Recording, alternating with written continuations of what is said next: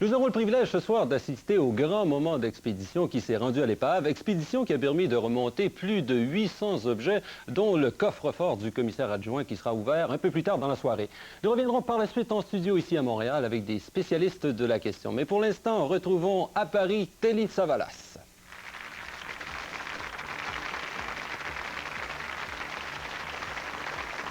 Welcome to Paris. Bienvenue à Paris, où vous vivrez la plus grande aventure de votre vie. Par une froide nuit de 1912, le paquebot du service royal des postes, le RMS Titanic, le plus grand transatlantique de l'heure, heurte un iceberg au cours de son voyage inaugural à New York et s'enfonce dans les profondeurs de l'Atlantique par 4000 mètres de fond. Sur les 2207 personnes à bord, 1502 périrent. C'était la pire tragédie maritime survenue en temps de paix. C'était aussi la fin d'une époque et le début d'une légende. Les 705 survivants, certains dans des canots de sauvetage, d'autres agrippés à des débris flottants, assistèrent avec horreur au naufrage de l'énorme vaisseau qui brillait de tous ses feux presque jusqu'à la fin, jusqu'à ce qu'il plonge dans l'abîme. Lorsque le Titanic disparut en cette froide nuit d'avril, personne n'osait penser qu'on en retrouverait un jour la trace. Et pourtant, vous serez ce soir de l'expédition. Vous pourrez revoir le Titanic au cours d'une plongée spectaculaire avec la meilleure équipe de plongeurs à nos profonds au monde, les experts de l'Institut français de recherche pour l'exploration de la mer, IFREMER. Vous plongerez avec eux à bord de leur sous-marin jusqu'au Titanic. Vous trouverez des objets qui sont restés au fond de la mer pendant 75 ans.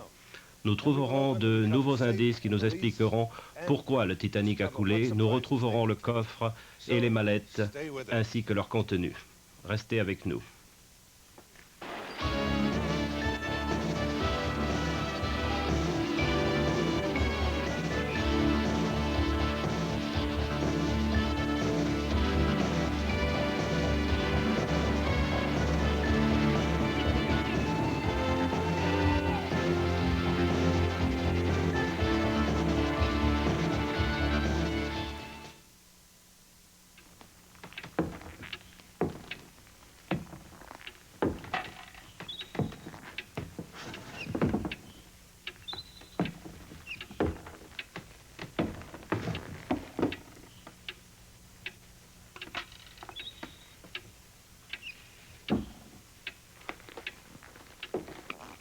Le pain blanc, le vrai pain au lait et le nouveau multifibre de Guéluron. Qui a dit que la gourmandise n'avait pas bon goût?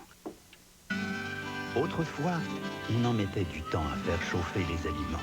Mais avec une cuisinière au gaz naturel, vous pouvez augmenter et réduire la chaleur instantanément. Le gaz naturel, le choix naturel pour une vie moderne. Si t'es fatigué et t'as besoin de calme, écoute donc Radio Cité.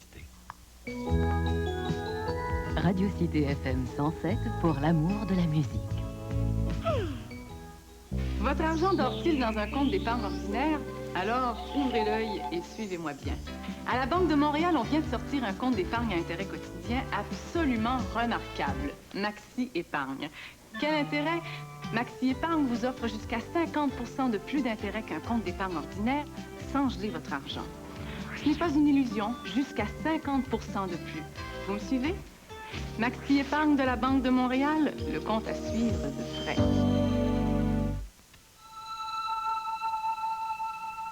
Seul Dodge vous offre 2 pick-up en un. À la fois pick-up compact et pleine grandeur. Dodge Dakota, le seul vrai pick-up intermédiaire. L'économie d'essence et la manœuvrabilité d'un compact. Le confort, l'espace de chargement et la puissance d'un pick-up pleine grandeur et une solide garantie de 7 ans ou 115 000 km. Le pick-up intermédiaire Dodge Dakota. Les Dodge, toute une famille de durs. Ils ont du cœur à l'image, c'est toute une famille de durs. Jadis, faire un bon feu exigeait temps et effort. Mais aujourd'hui, un foyer au gaz naturel dégage de la chaleur instantanément. Le gaz naturel, le choix naturel pour une vie moderne. On a retrouvé le goût du lait, toute sa fraîcheur, toute sa douceur. Et on a retrouvé l'unique Nestlé, le grand goût du lait, le goût franchement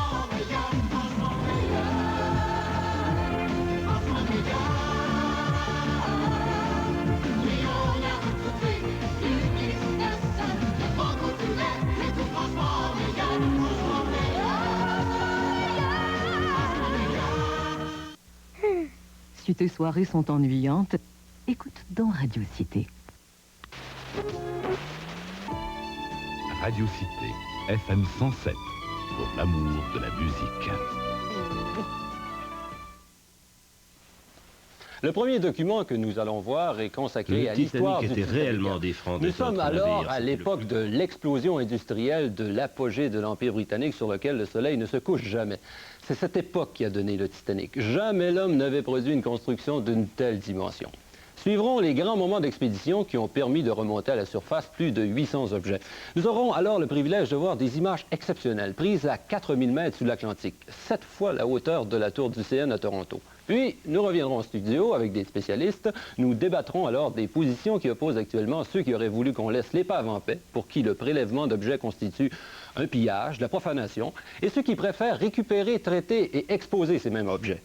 Enfin, nous arriverons au point culminant qui consiste à ouvrir le coffre-fort. Point culminant pour certains du moins. Coffre-fort du commissaire adjoint.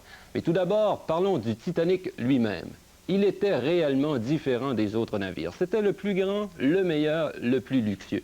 Ajoutez tous les superlatifs que vous voudrez, ils s'appliquent tous. Mais surtout, le Titanic avait la réputation d'être insubmersible. Pourtant, cette nuit froide d'avril, l'impensable se produisit et ce navire insubmersible sombra.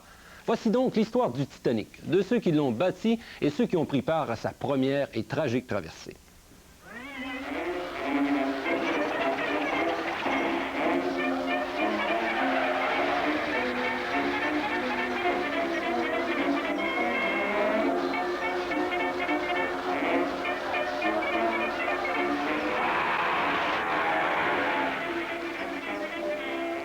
La plupart des gens qui habitaient ces demeures élégantes au tournant du siècle sont aujourd'hui disparus.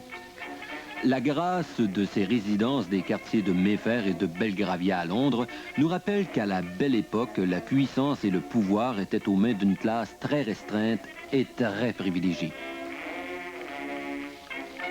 Il ne faisait aucun doute dans l'esprit des gens qui habitaient ici que la Grande-Bretagne était la maîtresse des mers. Et la Grande-Bretagne, c'était eux. Et personne ne songeait à quitter ce quartier.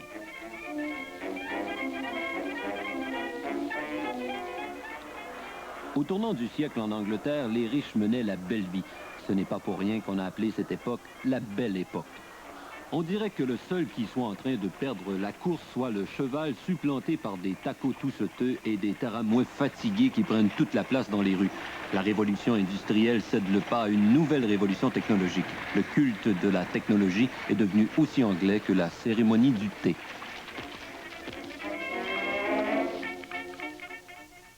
L'une de ces résidences londoniennes joue un rôle particulièrement important dans l'histoire de la vie et de la mort du Titanic. Elle s'appelle Downshire House. Cette maison est située dans le quartier londonien huppé de Belgrave Square. En mai 1907, on y donnait un important banquet. C'était alors la demeure de Lord William James Perry, président du conseil de la Harland & Wolff, l'un des plus grands constructeurs navals de Grande-Bretagne, qui construisait depuis plusieurs années les navires de la célèbre White Star Line. L'invité d'honneur à ce banquet était justement le président de la White Star Line, M. Bruce Ismay. Avant la fin de la soirée, les convives s'étaient entendus sur la construction d'une série d'énormes transatlantiques, en comparaison desquels les autres navires ressembleraient à des jouets. Ces paquebots seraient d'une élégance, d'un confort et d'une taille sans pareille. Les deux premiers gigantesques bâtiments s'appelleraient l'Olympic et le Titanic et seraient construits ici, au chantier naval de la Harland & Wolff à Belfast, en Irlande. Les vertes collines de Belfast produisent encore une armée de constructeurs de navires que la compagnie Harland & Wolff met à l'œuvre depuis 125 ans dans son chantier de Queen's Island. C'est là que l'Olympic, le Titanic et plus tard le Britannic furent construits. En mars 1909, les portiques des grues qu'on avait élevées expressément à cette fin dominaient les chantiers de Belfast où la construction du premier bâtiment, l'Olympic, était déjà bien avancée. À ses côtés, la construction de son frère jumeau, le Titanic, progressait également. Ces deux transatlantiques étaient si énormes qu'ils occupaient un espace normalement utilisé pour la construction de 3 navires. On n'y met que ce qu'il y a de meilleur et souvent de plus gros. tout dans ces navires, que ce soit les bordages de 9 mètres en acier renforcé ou les machines alternatives de 3 étages de haut, tout est à la fine pointe de la technologie.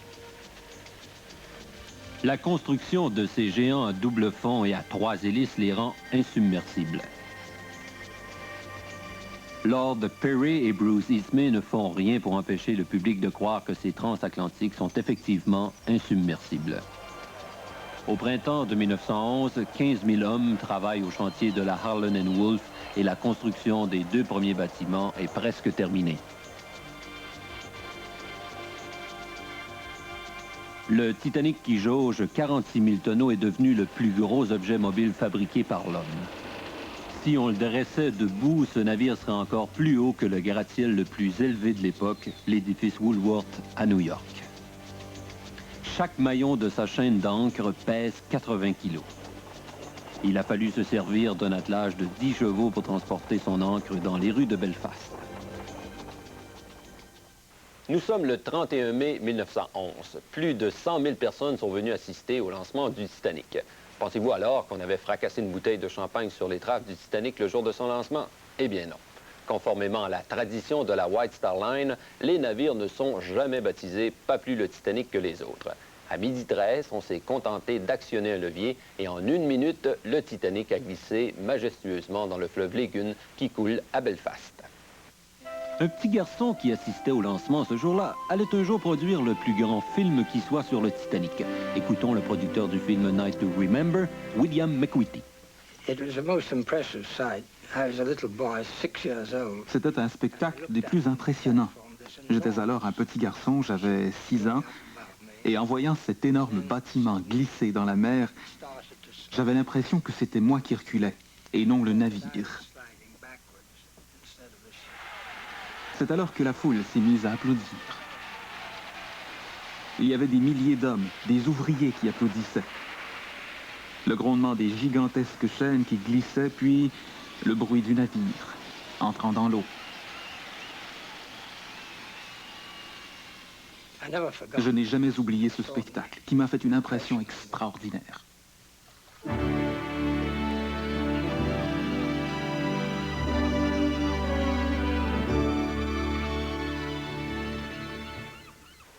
En 1898, un écrivain américain, Morgan Robertson, avait écrit un roman intitulé « Futilité » à propos d'un très grand navire. Le navire de M. Robertson mesurait 240 mètres de long, le Titanic 270.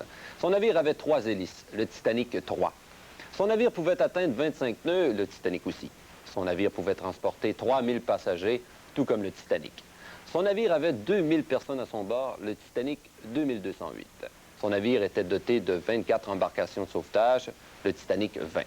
Dans le roman de Robertson, le navire heurte un iceberg au mois d'avril et sombre, entraînant la perte de nombreuses vies.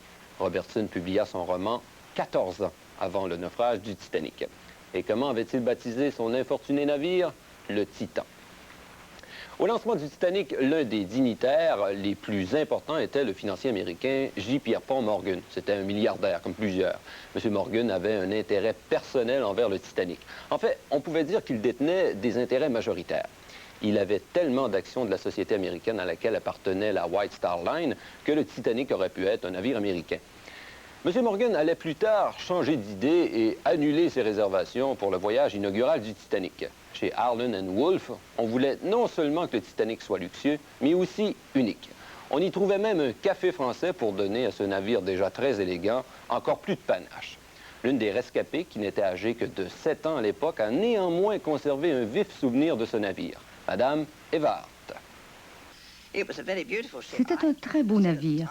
Comme je n'avais encore jamais pris le bateau, je n'aurais pas pu dire à l'époque ce qu'il avait de spécial.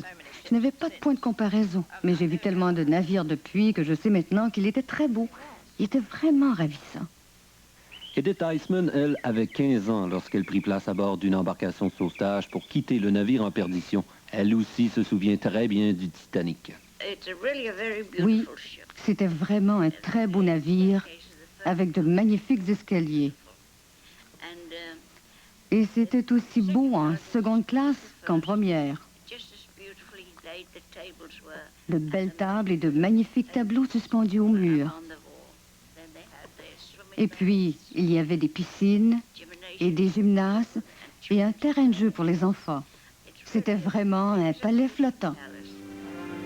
Pour compléter l'aménagement de ce navire, il avait fallu 7 500 000 $, ce qui de nos jours correspond à 90 millions de dollars. Le 2 avril 1912, le Titanic se prépare enfin à quitter Belfast pour ses premiers essais. Ce n'est que sur des peintures qu'on voit la fumée s'échapper de la 4e cheminée. En fait, elle était fausse et ne servait qu'à la ventilation. À la White Star, on sait que le public associe la puissance au nombre de cheminées d'un navire. Il est malheureux qu'on n'ait pas dépensé cet argent pour acheter des embarcations de sauvetage. Parlons maintenant des embarcations de sauvetage. À l'origine, on en avait prévu 64, puis on ramena ce nombre à 32 et enfin à 16. On y ajouta cependant 4 embarcations pliantes en toile. Après tout, se disait-on, à quoi pourraient bien servir des embarcations de sauvetage sur un navire insubmersible?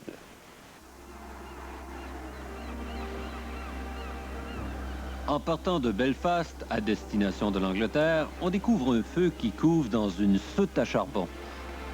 Comme nous le verrons ce soir, ce feu pourrait avoir une grande influence sur notre histoire. Le Titanic est commandé par le capitaine E.J. Smith, qui a retardé le moment de prendre sa retraite pour pouvoir diriger ce navire dans son aller-retour inaugural à New York. Avec sa barbe blanche, sa belle prestance et son air d'autorité, le capitaine Smith incarne parfaitement le modèle du commandant britannique. Le Titanic ne mouilla au quai 44 du port de Southampton qu'une seule fois pour prendre des provisions et des passagers lors de son voyage inaugural.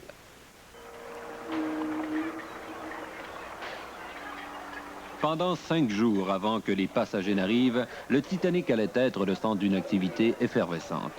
On engage des membres d'équipage à la douzaine, des chauffeurs, des soutiers, des cuisiniers et des garçons de restaurant. Le capitaine Smith n'engage que le meilleur personnel de Southampton. Pour les passagers anxieux qui attendaient le départ du Titanic le 10 avril 1912 fut long à venir.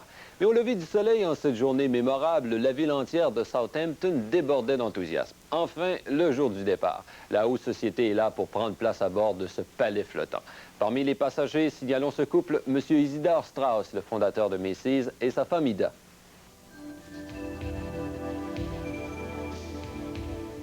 Le colonel John Jacob Astor, l'un des hommes les plus riches aux États-Unis. Le magnat des mines Benjamin Guggenheim. Madame Brown, une millionnaire de Denver au langage cru et très coloré. Ses amis l'appellent Molly. Les Cardessa de Philadelphie arrivent avec armes et bagages. Ils n'ont avec eux qu'un valet et une bonne, 14 malles, 4 valises et 3 caisses de bagages. On estime que la fortune collective des passagers de la première classe se chiffrait à 3 milliards de dollars. Tout ce beau monde à bord était enthousiaste à l'idée de ce voyage. Madame Eva Hart, pourtant, se rappelle des craintes de sa mère.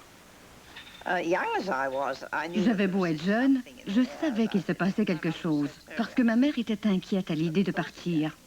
Elle avait une prémonition qu'elle ne pouvait préciser. De toute façon, nous ne devions pas partir à bord du Titanic.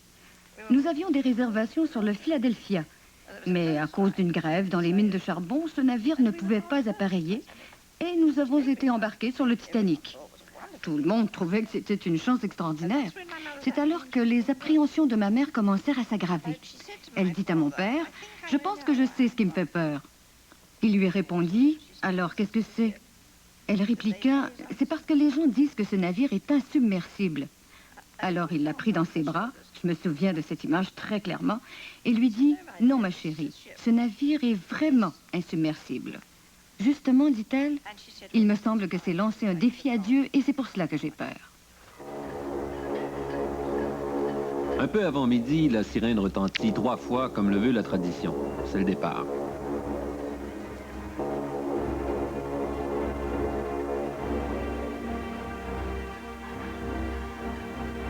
Après avoir fait escale à Cherbourg pour prendre des passagers, on se dirige vers l'Irlande pour une dernière escale à Queenstown avant la traversée.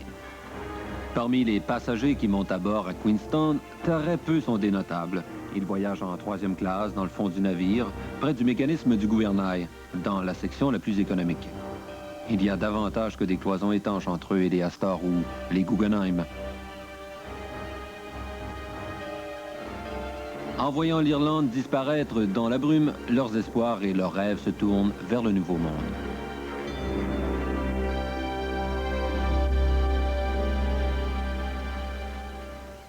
Les passagers n'ont pas le temps de s'ennuyer. Le Titanic avait à son bord un des meilleurs orchestres au monde. Grâce à son prestige, le nouveau transatlantique avait attiré les meilleurs musiciens de l'époque. Le ragtime faisait alors fureur des deux côtés de l'Atlantique.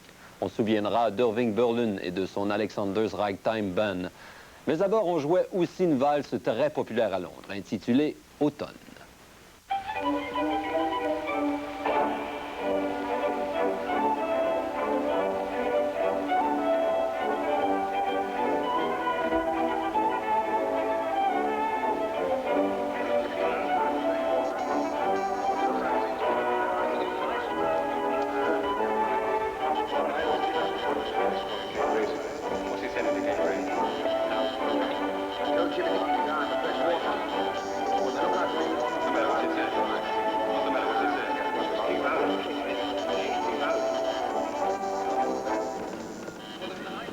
Les vigies du Titanic avaient été prévenues du danger constant que représentaient les glaces flottantes.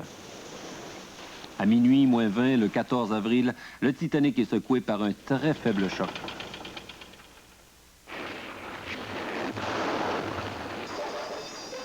Sur le pont, les passagers n'ont aucune idée de ce qui se passe sous la ligne de flottaison. What is it? Iceberg, sir. I put her hard to starboard and reversed the engines, but she was too close. I splashed my drink. Yes, I saw it. Huge thing. You dead on the first thing about it. Put the gun and get the fire stuff. Nothing to see up on deck. I'm going back to bed. Good night. Good night.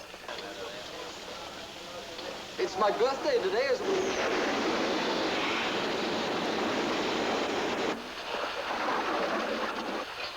What have we stopped for? There's talk of an iceberg, ma'am.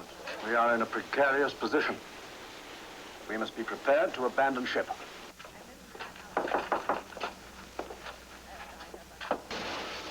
Eva Hart se rappelle ce qui s'est passé par la suite.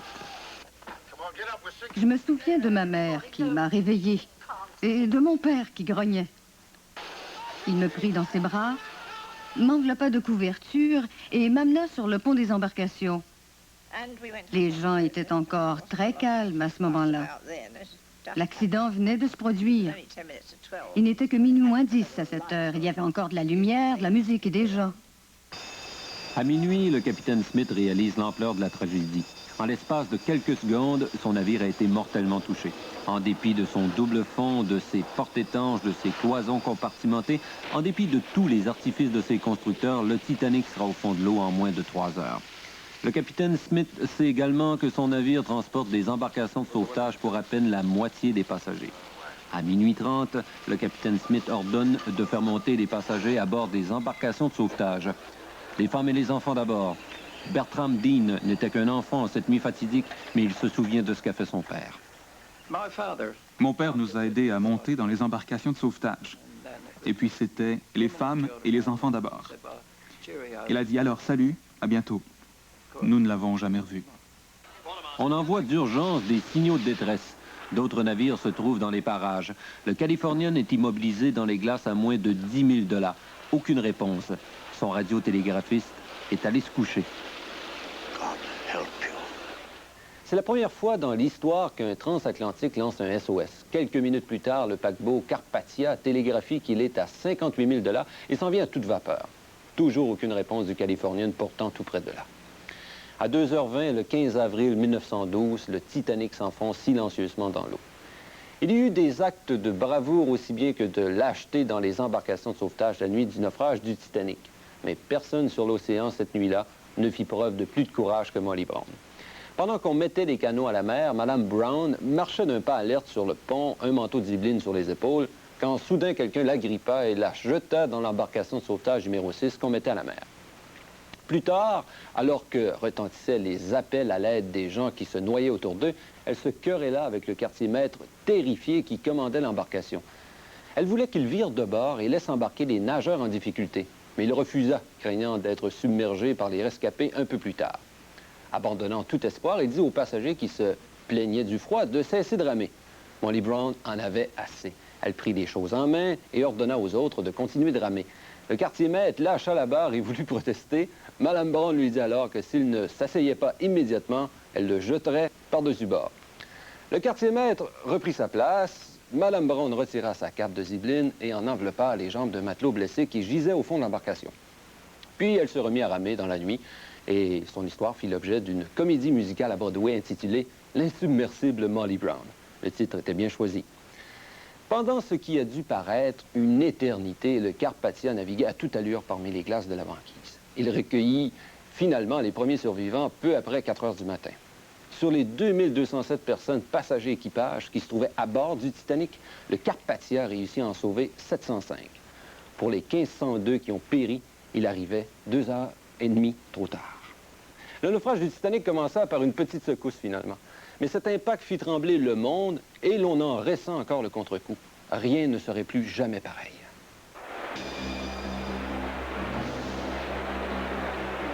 Les journaux du monde entier se mirent à annoncer la catastrophe avec autant d'incrédulité que de confusion.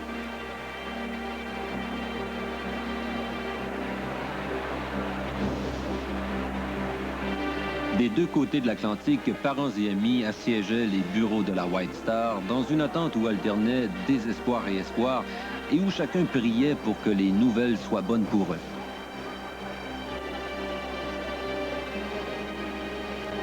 Le monde ne connaîtrait pas la vérité avant plusieurs jours.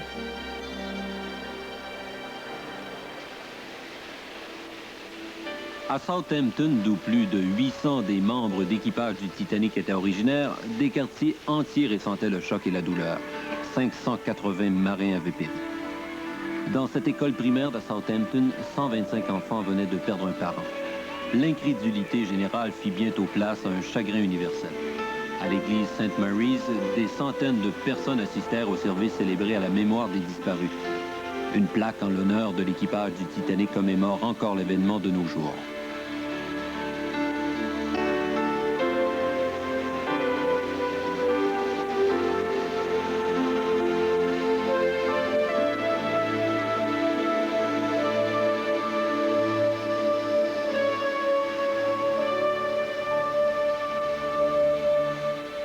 Notre autre Télé Savalas est au musée de la Villette à Paris, un musée dont l'architecture, comme celle de la Tour Eiffel ou du centre Georges Pompidou-Beaubourg, a suscité beaucoup de controverses. Voici donc le musée de la Villette. À la Cité des sciences et de l'industrie de la Villette, on se sert de nouvelles technologies dans une architecture révolutionnaire pour exposer les plus récentes découvertes scientifiques.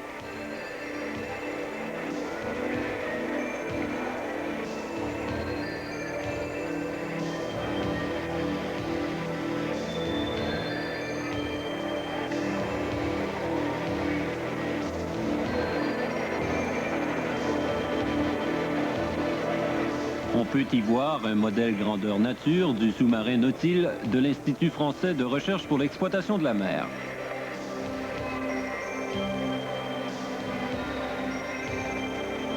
Il est aussi difficile de descendre à 4000 mètres sous les flots que de se rendre sur la Lune.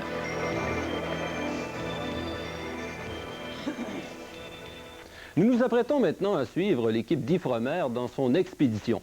Nous verrons comment le Nautilus, ce sous-marin des profondeurs, arrive à récupérer des objets d'une valeur inestimable entre les deux morceaux du navire éventré. Nous nous apprêtons à suivre l'une des plus fascinantes expéditions sous-marines du siècle.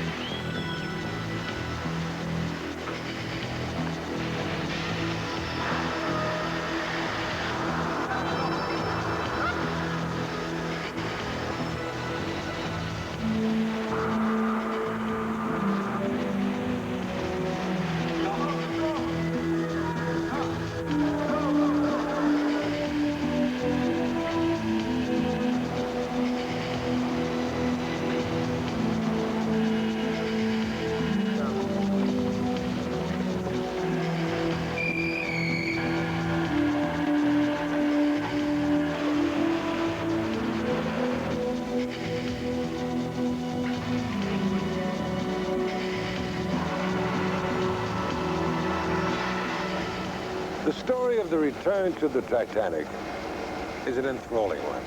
Cette aventure qui nous amène au retour du Titanic comporte tous les éléments d'un récit captivant. L'expédition se déroule à 12 500 pieds sous les flots imprévisibles de l'Atlantique Nord, mais c'est ici qu'elle commence, sur le pont du Nadir, le bateau de recherche de l'Ifremer.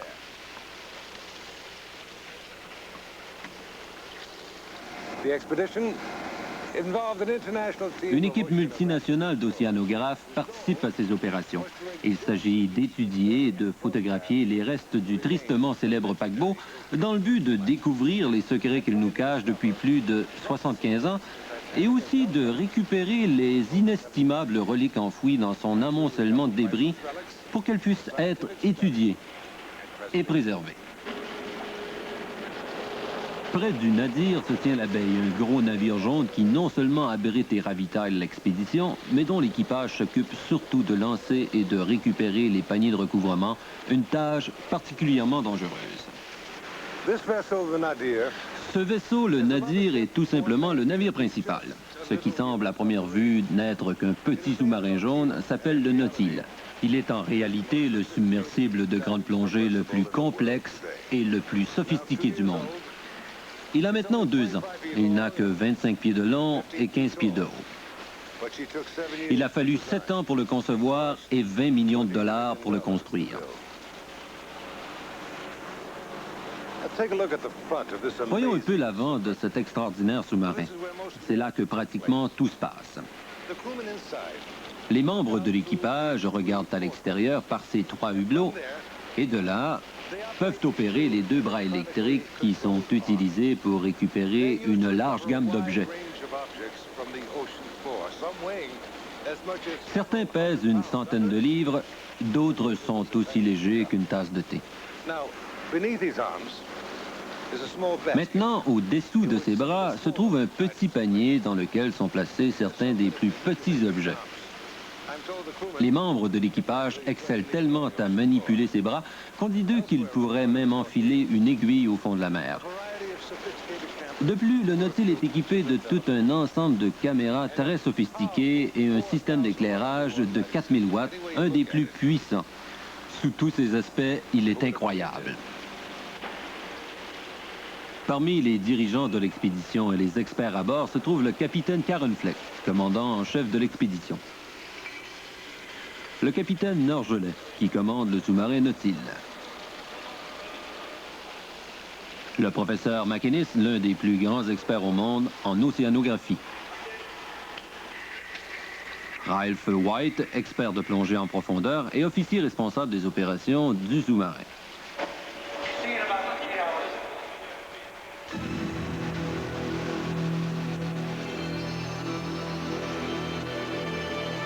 Maintenant que les plongeurs sont à bord, on se prépare à lancer le Nautil.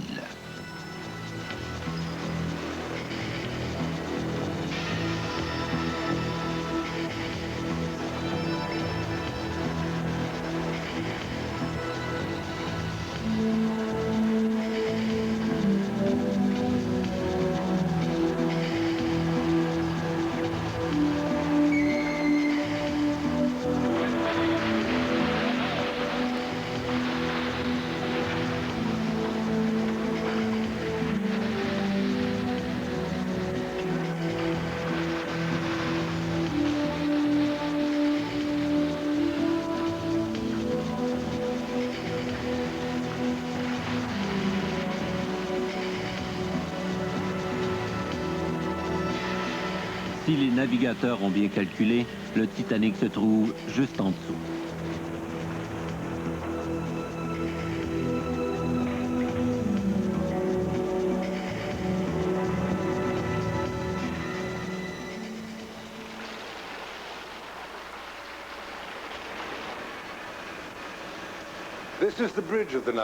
Voici la passerelle du Nadir, centre nerveux de cette expédition et quartier général de l'exploration sous-marine. À l'arrière se trouve le centre de communication, le lien entre le navire Gigong et le Nautil. Équipé des postes de radio, radar et sonar les plus perfectionnés et de systèmes assistés par ordinateur, ce centre maintient un contact permanent avec le submersible.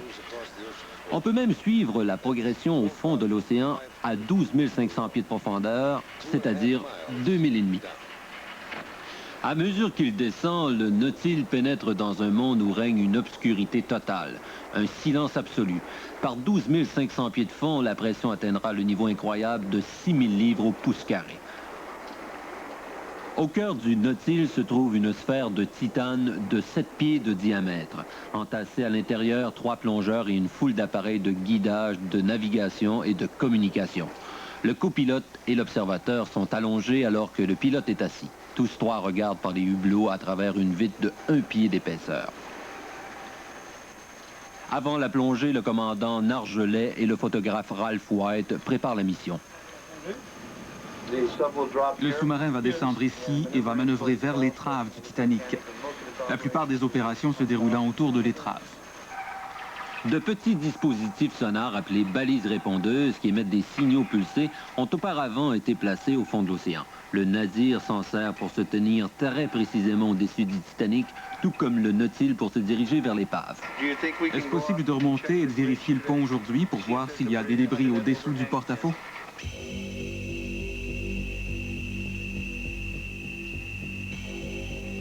C'est un sentiment des plus étranges que de voir apparaître l'image fantomatique de l'étrave du Titanic qui surgit soudain de l'obscurité totale.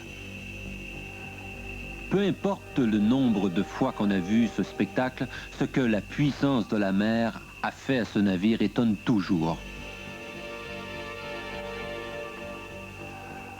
En regardant en dessous, on aperçoit l'ancre auxiliaire à plat contre le mât de charge.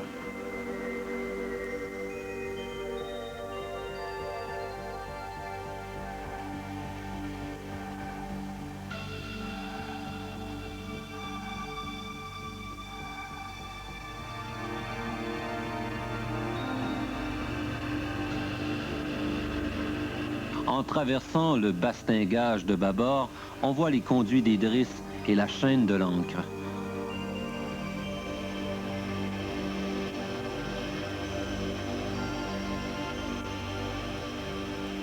L'ancre de l'épave est presque complètement couverte par les rivières de rouille qui s'écoulent des manchons des cubiers.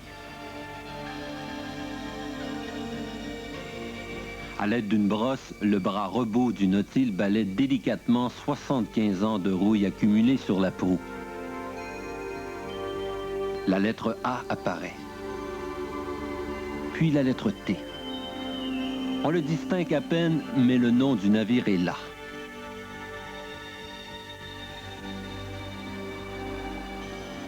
Des banderoles grotesques constituées de bactéries et de rouille courent le long du navire comme des rivières empoisonnées qui dévorent et détruisent le métal. Elles enveloppent l'épave comme des cordons de mousse entremêlés.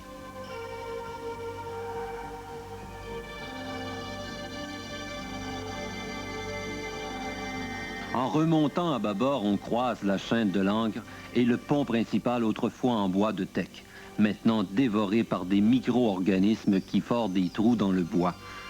Cette section de l'épave est la seule partie du Titanic qui soit demeurée à peu près intacte. Voilà tout ce qui reste de son ancienne majesté.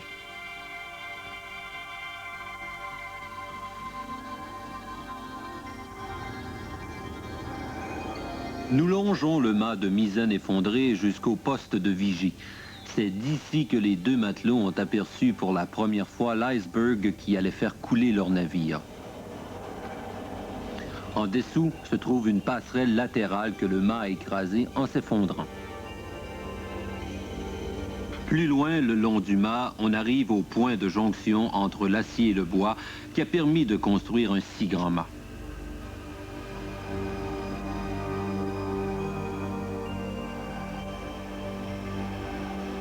Et ici, on aperçoit, tordu par le naufrage, un des bossoirs qui a servi à mettre les embarcations de sauvetage à la mer cette nuit-là. On ne peut s'empêcher de se demander si c'est celui qui retenait le canot de Molly Brown ou l'embarcation dans laquelle Mme Strauss a refusé de monter. Voici la timonerie du navire. Le gouvernail de bois a depuis longtemps été rongé par la mer. Sous la passerelle de bâbord, un des transmetteurs d'ordre de manœuvre du navire. celui qui se servait du Shadburn ce soir-là pour ordonner l'arrêt des machines arriva trop tard.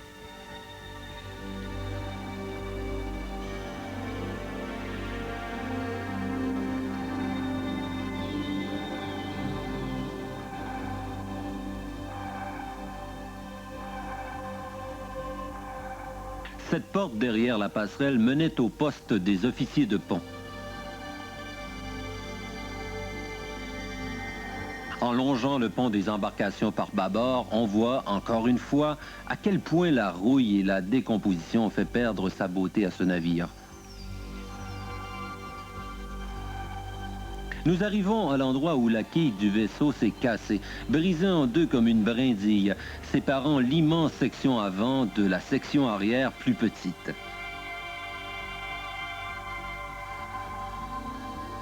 Les différents ponts se sont effondrés les uns sur les autres, comme écrasés par un gigantesque coup de poing.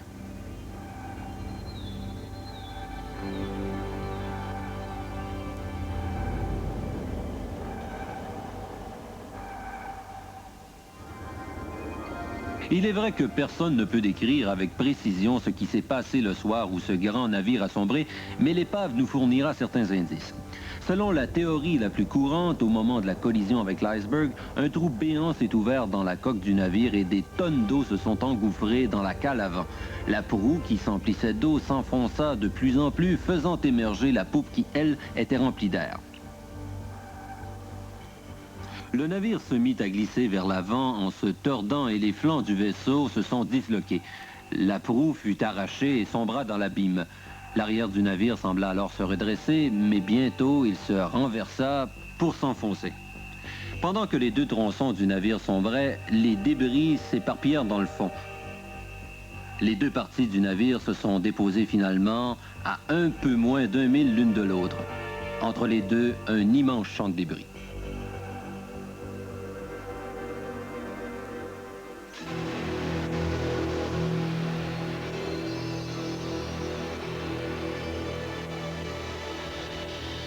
Dans ce champ de débris, l'une des colossales machines d'appoint.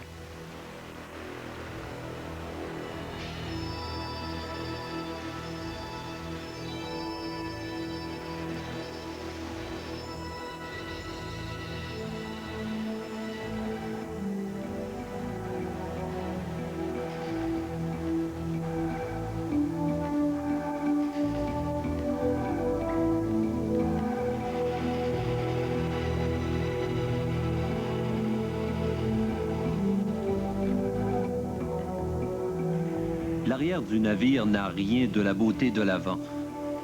Ce n'est qu'un amas informe. La terrifiante force destructrice de la mer apparaît clairement dans cet amas de métal rouillé.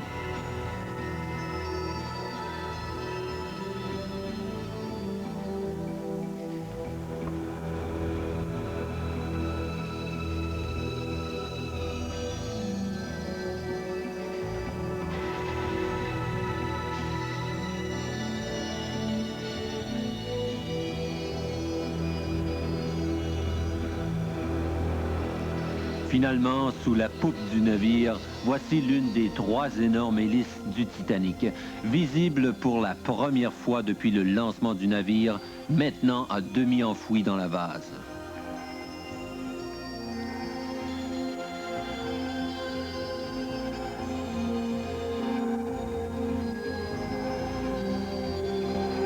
On va pouvoir lire ce qui est écrit. Le fond de l'océan est jonché d'objets qui sont sortis du navire quand il s'est ouvert. Des bouteilles de champagne et de vin. On a changé. Ah oui, oui, oui. Bon, bah, Un réservoir en métal qu'on a d'abord pris pour un coffre-fort. Un vitrail provenant du salon de première classe.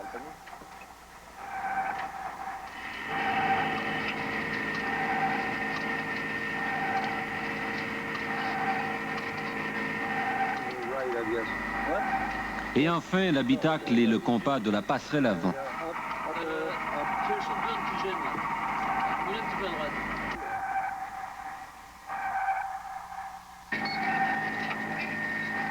Le bras articulé du Nautil retire délicatement un lustre des débris.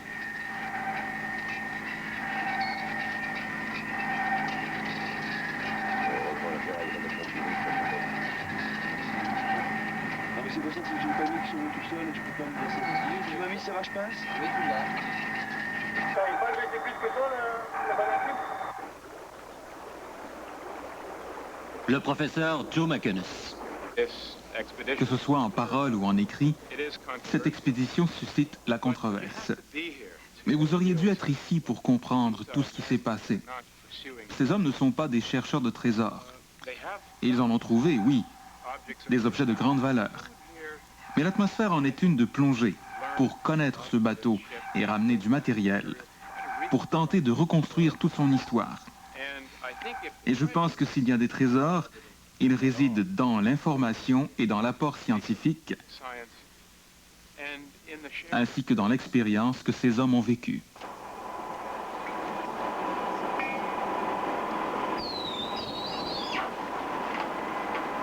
Il était possible de placer les objets de petite taille dans le panier du Nautilus, mais pour le transfert des plus grosses pièces, il fallait se servir de corbeilles munies de balises répondeuses. Celles-ci étaient déployées près du lieu où le sous-marin effectuait des fouilles.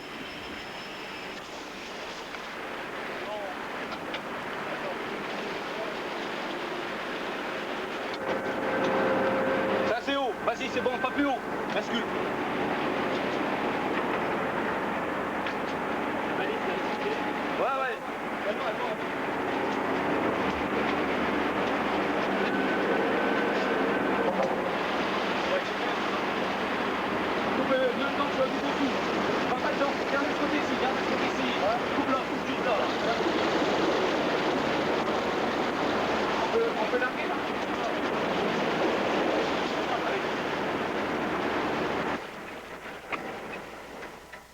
Une fois arrivé au fond, le panier est agrippé par l'un des bras du Nautilus et tiré jusqu'au site de travail.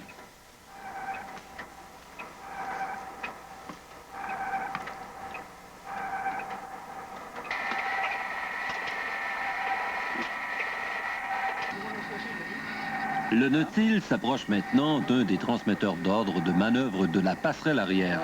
Le dessus du Shadburn s'était séparé de l'épontille, mais les deux parties récupérées ont été rassemblées à la surface.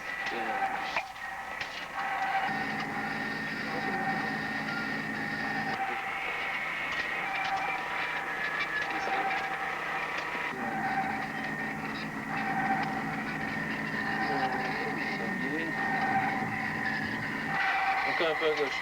Voilà, il faut dévoter le poignet. Ok, c'est bon.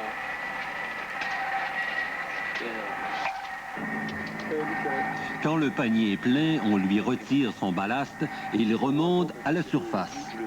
Les balises répondeuses guident l'équipe de récupération de la baie qui se rend à proximité de l'endroit où le panier fera surface. 1000 mètres. Immersion 1000 mètres. 1000 mètres.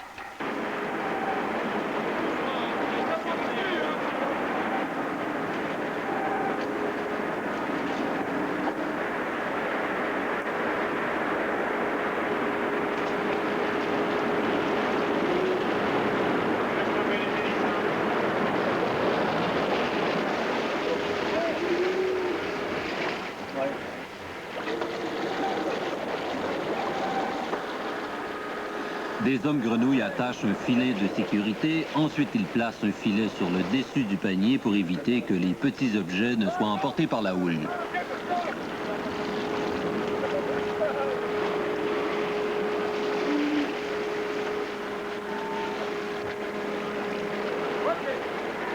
Puis on arrime solidement le panier pour éviter qu'il ne s'écrase sur le bateau ou sur l'équipage.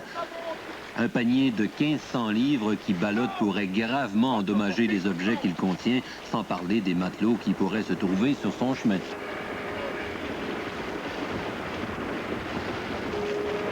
En regardant l'équipage français du Nadir et de l'Abeille en action, on ne peut s'empêcher de remarquer le travail d'équipe parfait. Alliant synchronisation et style, toute cette agitation garantit la sécurité et le succès de l'entreprise. Durant toute l'expédition, il n'y a pas eu un seul accident, pas un seul blessé, ni le moindre article perdu.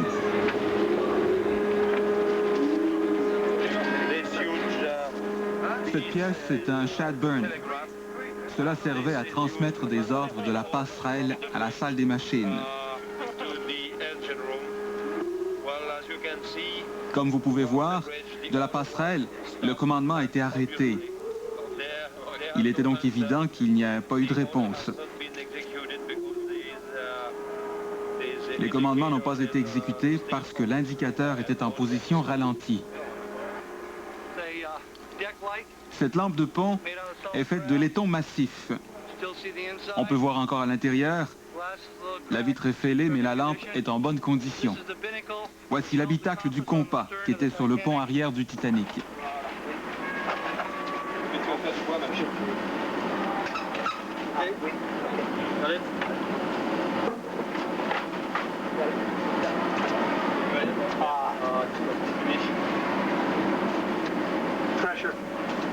Pressure broke through.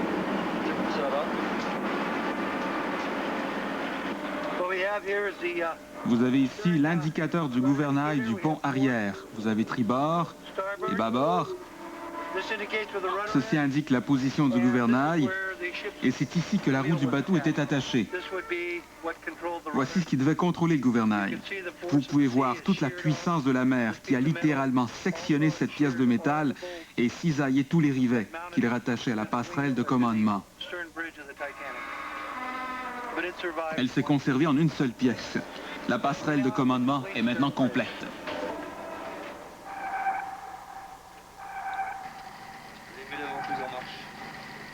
L'une des plus grandes surprises a été de découvrir ces piles d'assiettes étalées en éventail comme un jeu de cartes.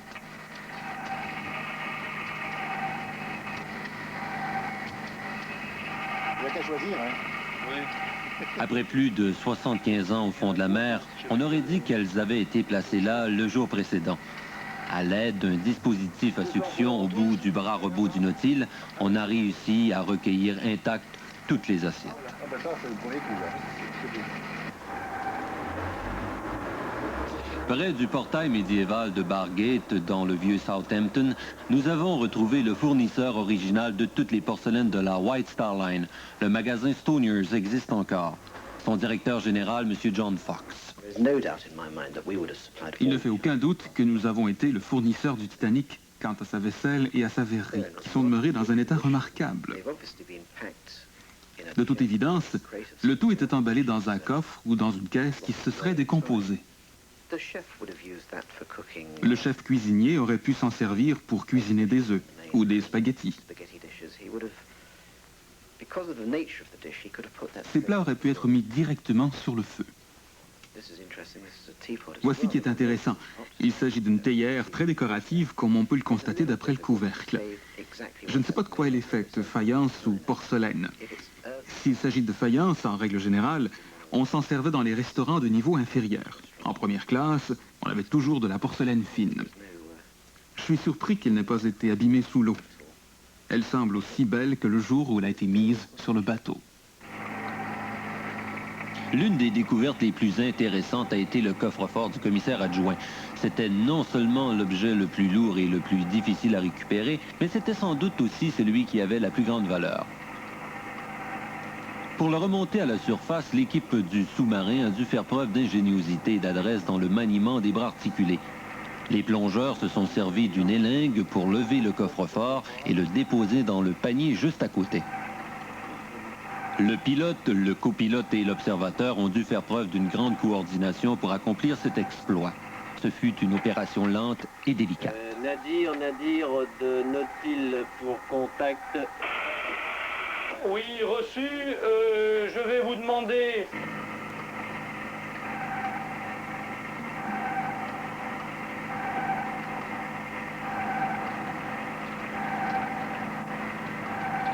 Quand le Nautil annonça que le coffre-fort était arrimé dans le panier, l'équipe de recouvrement à bord du Nadir entra en action. On lança les Zodiacs à la mer avec des hommes grenouilles. Tous regardaient la surface, cherchant à deviner où apparaîtrait le panier au terme de sa longue et dangereuse remontée à partir du fond de l'océan.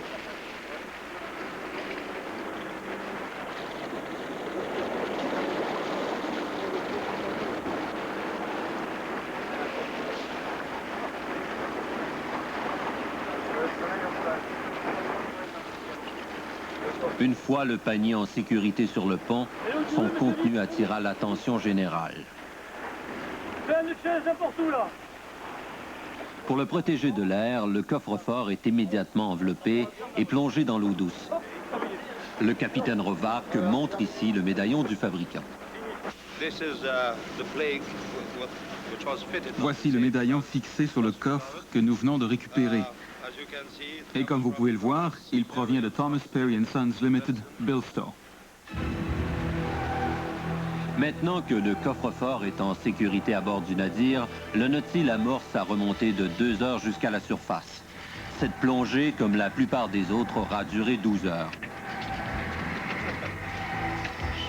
Des hommes grenouilles attachent des câbles de halage pour mettre le sous-marin en position de récupération. Cette expédition conjointe de 2 mois a créé entre ces Français et ces Américains des liens solides d'amitié et de camaraderie.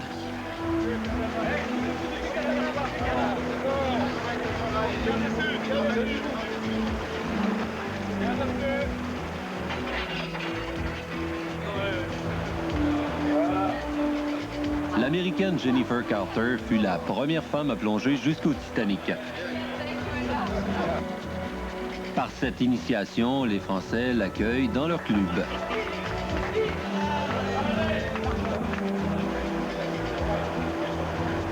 Après les baisers, un shampoing aux œufs.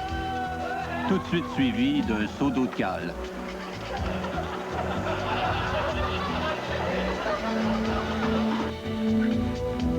Que boire maintenant? On n'a pas besoin d'être français pour aimer le champagne.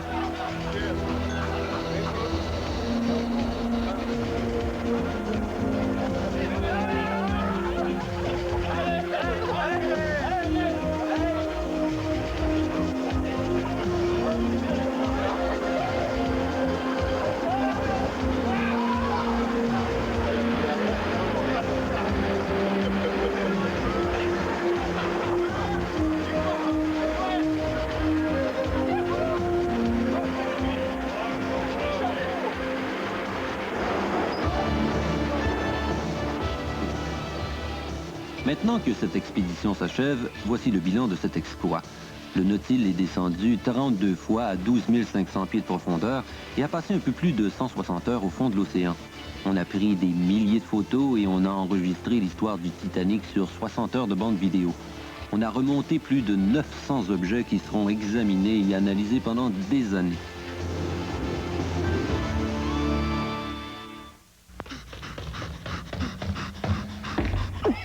Si t'es fatigué et t'as besoin de calme, écoute donc Radio Cité. Radio Cité FM 107 pour l'amour de la musique. Chaque jour, vous côtoyez beaucoup de gens comme vous. Et parmi eux, il y a probablement un agent d'assurance vie. Vous ne l'avez pas remarqué? C'est une personne comme vous, qui travaille et trouve les journées trop courtes, qui aime se faire plaisir et à rester bien informé. Côté sécurité financière, on peut s'y fier pour l'achat d'un rire, d'une assurance vie ou invalidité. Alors comment reconnaître un agent d'assurance vie? C'est la personne qui essaie de tout prévoir. Parce que comme vous, elle n'aime pas être prise au dépourvu. Jadis, faire un bon feu exigeait temps et effort. Mais aujourd'hui, un foyer au gaz naturel dégage de la chaleur instantanément. Le gaz naturel, le choix naturel pour une vie moderne. Hey, est-ce que tu nous fais toujours comme ça? Ouais, à cause du fromage. Ah oui? Je fais ça à chaque fois que je mange du spaghetti, du macaroni ou des linguini. C'est des affaires que j'aime. Peut-être que tu aimes les pâtes? Non, c'est le fromage qui aime. Pas dit qu'il va changer en loup s'il n'y en a pas. Le fromage, une bonne source de calcium et si bon sur les pâtes ou les légumes. On n'en a jamais assez. Du fromage, s'il vous plaît. Si tes soirées sont ennuyantes, écoute donc Radio Cité. Radio Cité, FM 107, pour l'amour de la musique. Votre argent dort-il dans un compte d'épargne ordinaire? Alors, ouvrez l'œil et suivez-moi bien. À la Banque de Montréal, on vient de sortir un compte d'épargne à intérêt quotidien absolument remarquable. Maxi Épargne. Quel intérêt? Maxi Épargne vous offre jusqu'à 50 de plus d'intérêt qu'un compte d'épargne ordinaire sans geler votre argent. Ce n'est pas une illusion, jusqu'à 50 de plus. Vous me suivez? Maxi Épargne de la Banque de Montréal, le compte à suivre de près. Jeep a conçu le Cherokee pour qu'il vous offre plus que tous les autres véhicules de sa catégorie, comme le choix de 2 ou 4 portes, la place pour 5 adultes. Et maintenant, le Cherokee peut vous être livré avec l'option d'un moteur à 6 cylindres de 4 litres qui a plus de puissance, beaucoup plus de puissance que tous les autres moteurs de sa classe. Mais le plus grand avantage du Cherokee ne se mesure pas en chiffres. Le Cherokee, c'est tout un Jeep. Autrefois, on en mettait du temps à faire chauffer les aliments. Mais avec une cuisinière au gaz naturel, vous pouvez augmenter et réduire la chaleur instantanément. Le gaz naturel, le choix naturel pour une vie moderne. En studio avec nous pour discuter des grandes questions soulevées par la découverte de l'épave il y a maintenant plus de 2 ans et le prélèvement d'objets par la suite. Tout d'abord à ma droite, le commandant Yvon Rovarque qui a fait partie de l'expédition. On a pu d'ailleurs le voir dans le documentaire. Et également Robert Grenier, qui lui est chef du département d'archéologie subaquatique à Parc Canada. Monsieur Grenier qui a pris part à l'expédition qui a retrouvé l'épave du San Juan. C'est un bateau qui s'est échoué à Red Bay au Labrador en 1565. Et finalement, Monsieur Jean Bellil, qui lui est professeur à l'Université Concordia. C'est un spécialiste en histoire maritime. Merci tout d'abord, messieurs, d'avoir accepté l'invitation de Radio-Québec de prendre part à cette émission. Première question qui me vient à l'idée, comment se fait-il qu'on est réunis ce soir, c'est-à-dire 75 ans après que le Titanic soit échoué? Comment se fait-il finalement qu'on ait créé un mythe avec le Titanic? Peut-être l'historien, M. Bellil. Je pense qu'on pourrait parler pour commencer, c'est que ce soir, c'est un événement médiatique. Puis probablement, le naufrage du Titanic, c'est peut-être le premier grand naufrage qui est presque arrivé en direct avec, c'était les débuts de la télégraphie sans fil, puis Marconi. Puis les gens de part et d'autre de l'Atlantique ont presque été mis au courant immédiatement du naufrage. Avant ça, ça prenait, règle générale, beaucoup plus de temps à passer.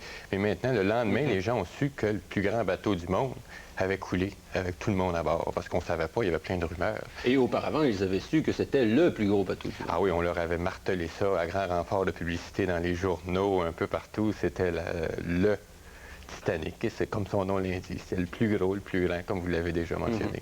Et on leur avait dit par ailleurs, comme vous l'avez fort justement souligné, on leur avait martelé, il est insubmersible. Ah, voilà. Donc, mais vous, commandant Rovarque, qui faites partie de la firme Taurus, qui a financé, je pense, une partie des recherches en ce qui concerne l'épave, du moins la dernière partie qu'on a vue, qu'est-ce qui vous a poussé, justement, à aller voir l'épave, à y ramener des objets? Est-ce qu'il n'y a pas cette partie mythe que vous avez exploitée aussi? Bon, le problème est relativement complexe. Il y a 2 aspects à cette question. Pourquoi est-ce que nous sommes allés sur le Titanic?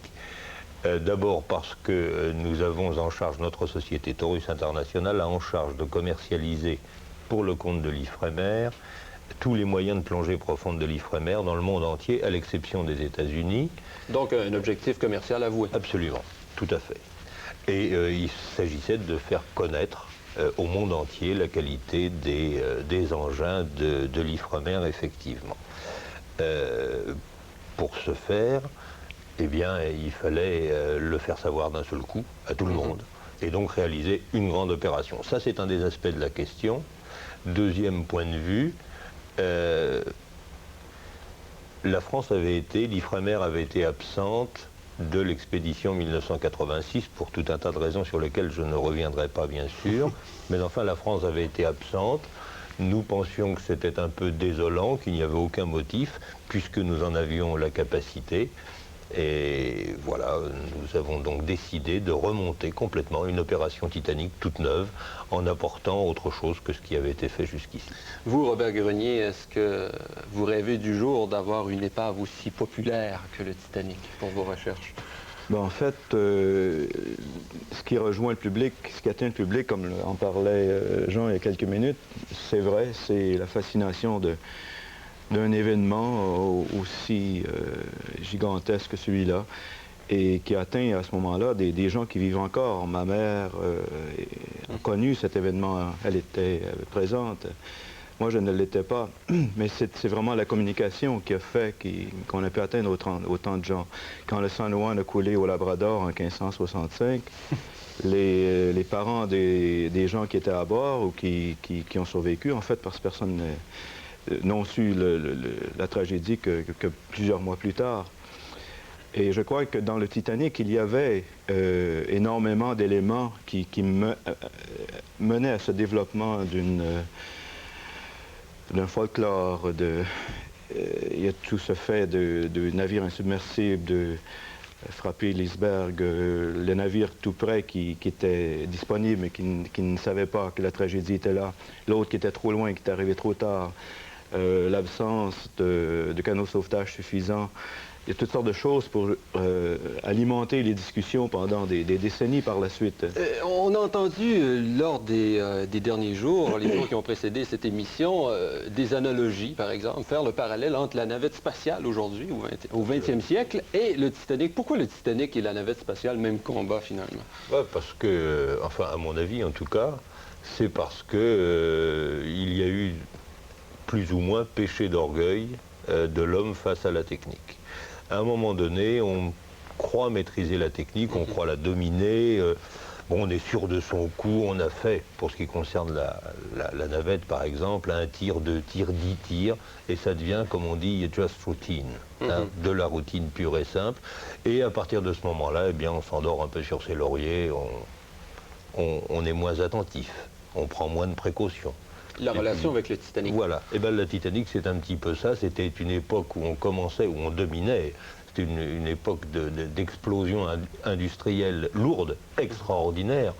Ces paquebots en sont le témoignage. C'était des monstres d'acier, de puissance. On avait le sentiment qu'on allait dominer la mer, qu'on dominait tout. L'homme dominait tout. On apprenait même à voler à ce moment-là.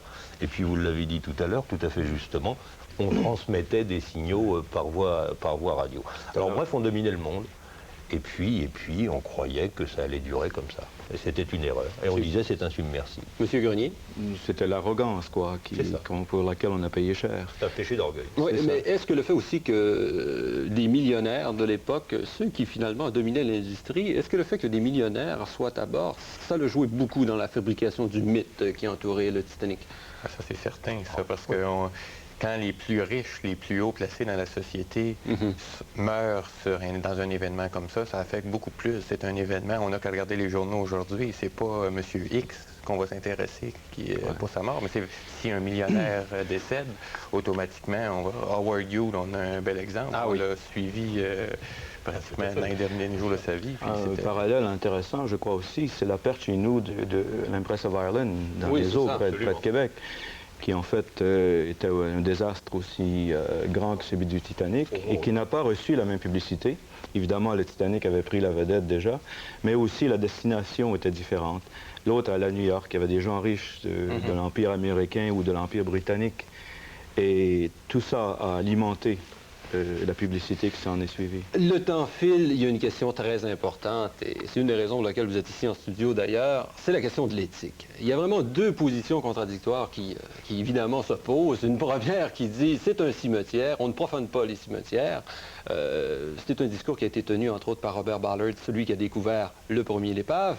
Et vous, les Français, qui dites, ben pourquoi? Finalement, ce sont des objets qui sont voués à une disparition. On est mieux d'aller les chercher, les rénover, et comme le Titanic appartient à l'imagination populaire, eh ben, de les montrer, de les exposer. Est-ce que tout le monde est d'accord ici? Sur la définition du sujet, oui, tout à fait. Oui, bien sûr.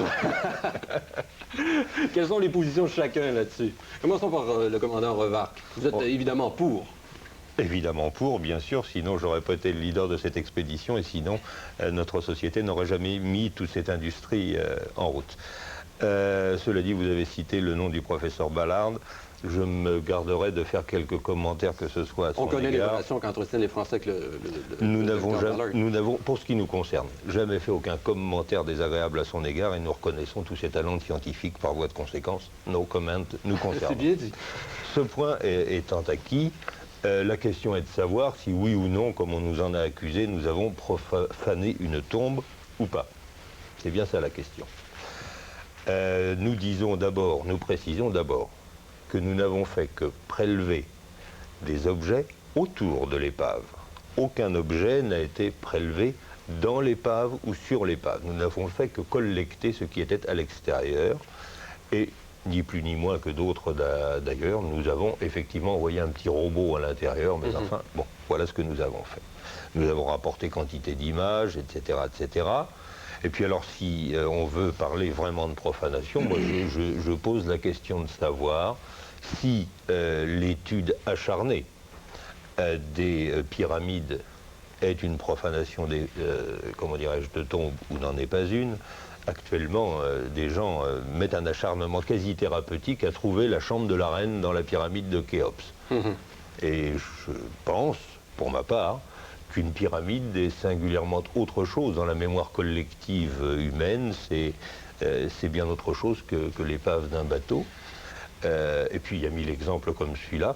J'ajouterais par ailleurs que curieusement, très rapidement, que très curieusement, bien qu'il y ait eu parfois des centaines de disparus dans des épaves, pour tout et autant qu'elles recèlent vraiment un trésor et qu'on veuille en faire commerce, à ce moment-là, on ne parle plus de profanation de tombeaux. Alors, je suis un peu inquiet quant à l'honnêteté de ces accusations. Donc, la position du commandant Rovark est très claire. Finalement, est-ce que toute recherche archéologique n'implique pas nécessairement profanation? Est-ce qu'il y a des gens qui sont intéressés à réagir? J'imagine pas.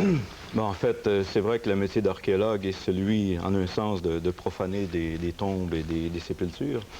Sans ça, il y aurait très peu d'archéologie. La différence, je crois, et c'est là où, je ne suis pas d'accord avec le commandant, c'est que pour nous, archéologues, une fouille doit se justifier par un besoin de recherche scientifique, archéologique, pour obtenir des connaissances. Et dans le cas du Titanic, nous n'avons pu jusqu'ici trouver une justification scientifique ou archéologique pour se rendre prélever ces objets. Il y a une question de méthodologie, de présence d'archéologues pour planifier cette opération, de conservateurs, qu'on pourrait discuter, ce serait très long. Il y a aussi, malheureusement, ce précédent qui est créé. J'admire ce qu'ont fait les Français au niveau technologique, c'est un événement extraordinaire. Pour nous, c'est une nouvelle frontière qui s'offre à la recherche, à l'archéologie. Malheureusement, ce premier pas n'a peut-être pas été celui qu'il fallait, dans le sens que c'est un exemple qui pourra amener un effet néfaste sur d'autres sites beaucoup plus importants. Dans quel sens? Par exemple, beaucoup de sociétés, je dirais beaucoup, il ne faut quand même pas charrier, quand même quelques sociétés très importantes se préparent à aller dans les grandes profondeurs, comme ça, sur d'autres épaves. Il y a des épaves coulées en Méditerranée ou en Atlantique ou dans les mers du monde qui recèlent des secrets extraordinaires de la vie de sociétés nautiques, de sociétés maritimes. Je parle des Phéniciens, par exemple, des Grecs, des Romains, et qui seront à l'occasion détruites, parce qu'un site archéologique, c'est un ensemble. C'est pas seulement l'épave et ce qu'il y a dedans, mais c'est aussi ce qu'il y a alentour, qui est comme un livre ouvert, qui est là pour nous dire des choses. Et dans ce sens... Est-ce que vous contestez la méthode? De retirer des objets? Non, la méthode dont s'est servie l'équipe française. La méthode, de ce que j'ai vu aujourd'hui, les procédés étaient quand même assez bien. Il y a des procédés qui ne sont pas tout à fait acceptables pour les archéologues et les conservateurs. Mais on s'arrête là-dessus immédiatement. Oui, mais on a un appel de Paris parce qu'on s'apprête à retourner à Paris pour développer une nouvelle hypothèse qui va sûrement vous intéresser au sujet du naufrage du Titanic. Tous nous connaissons la première qui est celle qui veut que le Titanic ait coulé à la suite d'une collision avec un iceberg. On retrouve Télé Savalas maintenant et ses invités. Lorsque le Titanic plongea sous les flots il y a plus de 75 ans, nul ne croyait qu'on le reverrait jamais. Jusqu'à récemment, la plupart pensaient que le Titanic avait été coulé par une voie d'eau longue de 300 mètres provoquée par le contact avec l'iceberg. En 1906, on avait dit que tous les rivets avaient éclaté, provoquant l'inondation des cales. Pour la première fois, nous avons découvert et photographié les images de la coque du Titanic. Un trou qui s'était produit sur bâbord.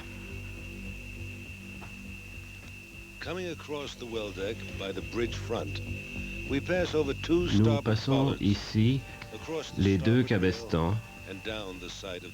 Nous descendons le long de la coque. Ici, à la ligne de flottaison, un trou de 35 pieds qui semble avoir été causé par une explosion à l'intérieur de la cale. Pas de tôle arrachée, pas de rivets explosés. Pour la première fois, une vue de l'intérieur de la cale du Titanic. Nous sommes ici 3 ponts au-dessous du pont principal.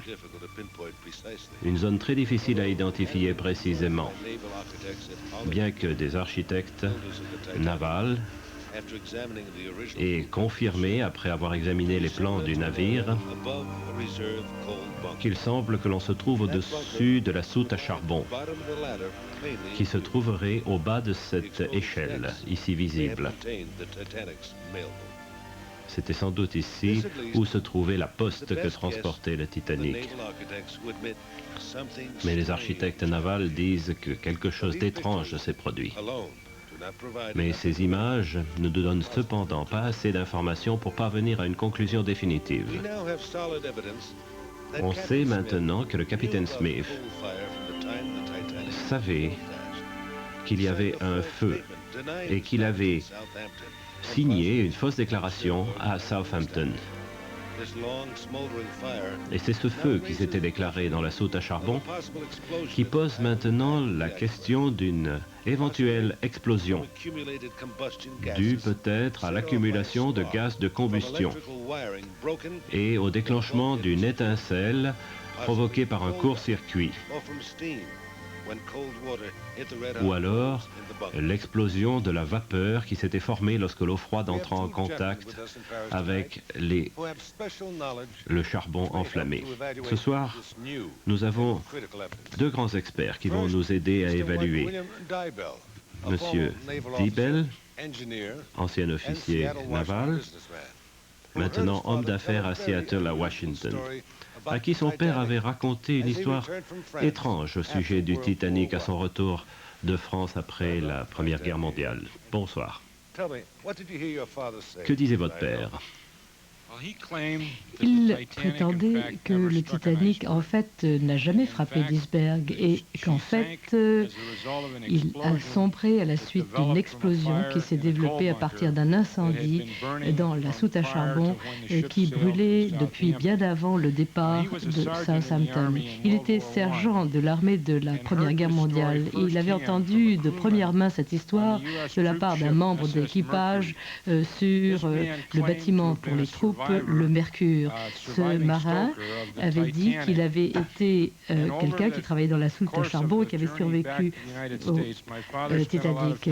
Et pendant longtemps, pendant le long voyage, mon père a passé pas mal de temps à jouer les cartes avec cet homme qui insistait pour dire que l'histoire de l'iceberg, en fait, devait cacher la véritable cause du désastre. Et nous avons toujours spéculé que cette couverture, ce masque, c'était à des fins d'assurance probablement. Merci, M. Diebel, et merci de ces renseignements. Maintenant, le Dr. Robert Essenhigh, professeur de génie mécanique à Ohio State University, un expert sur les explosions de vapeur en présence de charbon. Vous avez examiné. Pensez-vous que ce trou a été causé par une explosion? Non, je ne pense pas. Et d'ailleurs, il y a 2 raisons principales à l'encontre de cette idée. Si l'on voit le trou, ce qui aurait pu produire les gaz se trouve juste à l'avant de ce premier entonnoir. Vous pouvez voir où se trouvent les trous sur le modèle réduit et il n'y a pas de coïncidence. La deuxième raison, c'est que si ces gaz étaient présents et qu'ils aient donné lieu à l'explosion, il y a des chutes pour remplir le bunker avec des couvercles et l'explosion aurait simplement soulevé les couvercles et on n'aurait jamais pu faire éclater ces plaques. Ce qui est intéressant, c'est que cet incendie peut avoir un effet effet beaucoup plus important sur l'ensemble de l'accident que simplement ce qu'il en apparaîtrait à première vue. Il y a eu quelque chose comme 400 ou 500 tonnes de charbon laissées dans le bunker au moment où le navire a sombré. En fait, il avait la capacité de brûler tout le temps. J'ai fait des calculs et je suis parvenu à la conclusion qu'après 4 ou 5 jours à peu près, cet incendie aurait commencé à s'accélérer. Si les sapeurs-pompiers qui essayaient de le réduire, et si on pensait qu'il était incontrôlable à ce moment-là, qu'il avait rapporté au capitaine, tout ce qu'il aurait dû faire, c'était de croire qu'il n'arrivait pas à le maîtriser. Et à ce moment-là, il aurait eu deux problèmes.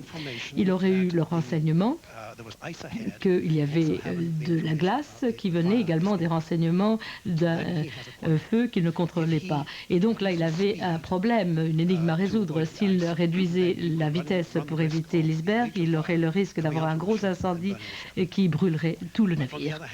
Mais d'autre part, s'il maintenait sa vitesse, de toute évidence, il avait le risque de frapper la banquise. Et là, évidemment, c'est une drôle de situation où se trouver. Merci beaucoup, professeur.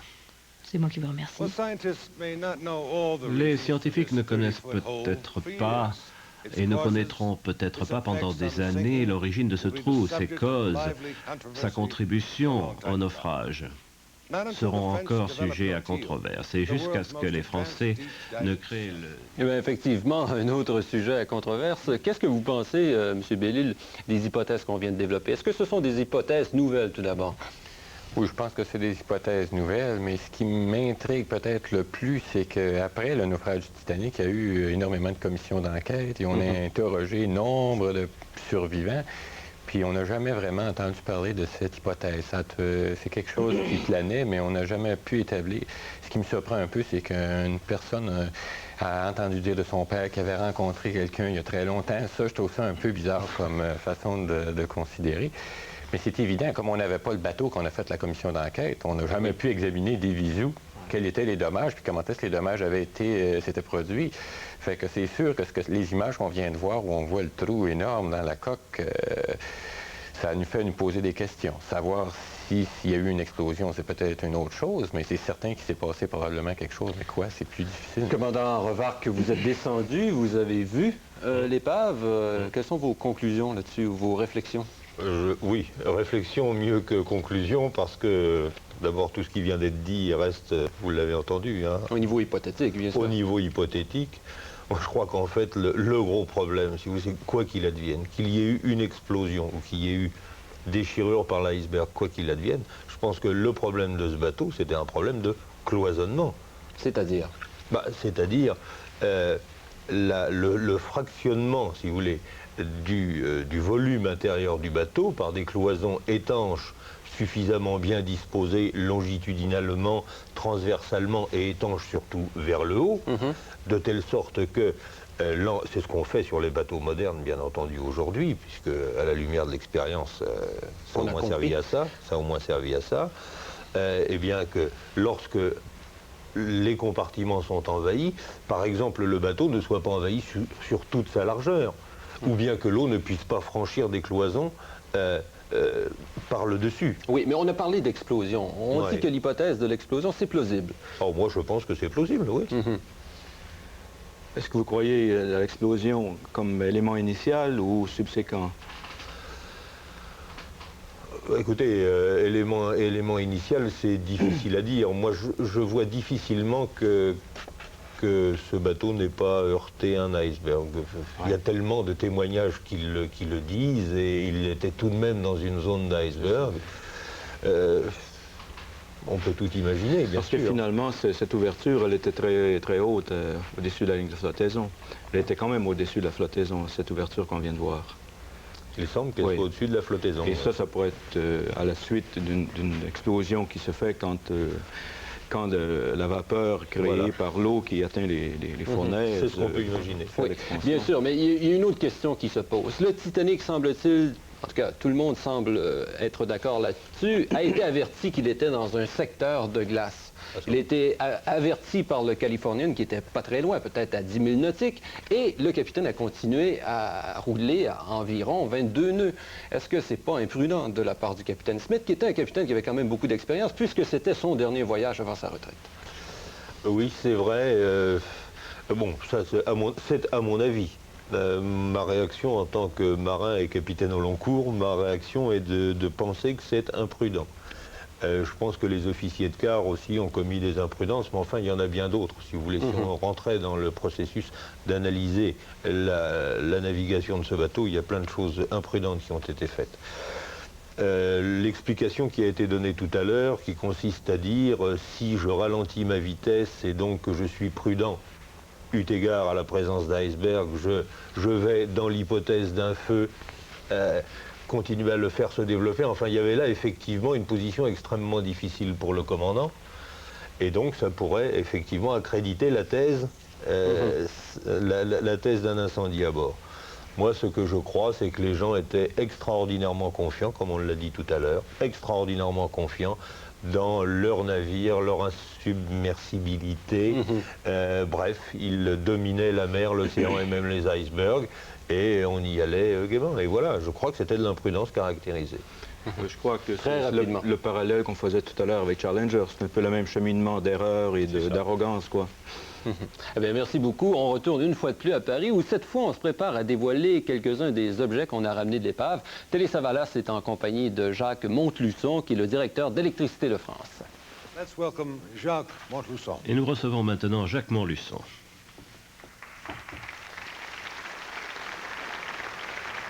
Hello, Jacques. Now, you brought a tape that shows how the Vous nous avez amené une bande pour expliquer ce mécanisme de conservation. Avec plaisir. Je vais vous montrer cette mesure extraordinaire faite par des experts de l'Université de Paris. Voilà. Il y a tellement d'objets que nous devons les classer par ordinateur et pour les analyser comme cet étui à lunettes. Ce que nous allons faire d'abord, une analyse sous microscope pour voir quel est l'état des fibres du cuir, après quoi nous allons déterminer le traitement. Voici des papiers, probablement des billets de banque. Et nous les avons à nouveau analysés, nous les avons observés, un peu nettoyés. Et ici, vous allez voir les fibres du papier. Et nous avons décidé de les traiter en utilisant de l'électricité. L'électricité va les nettoyer à fond.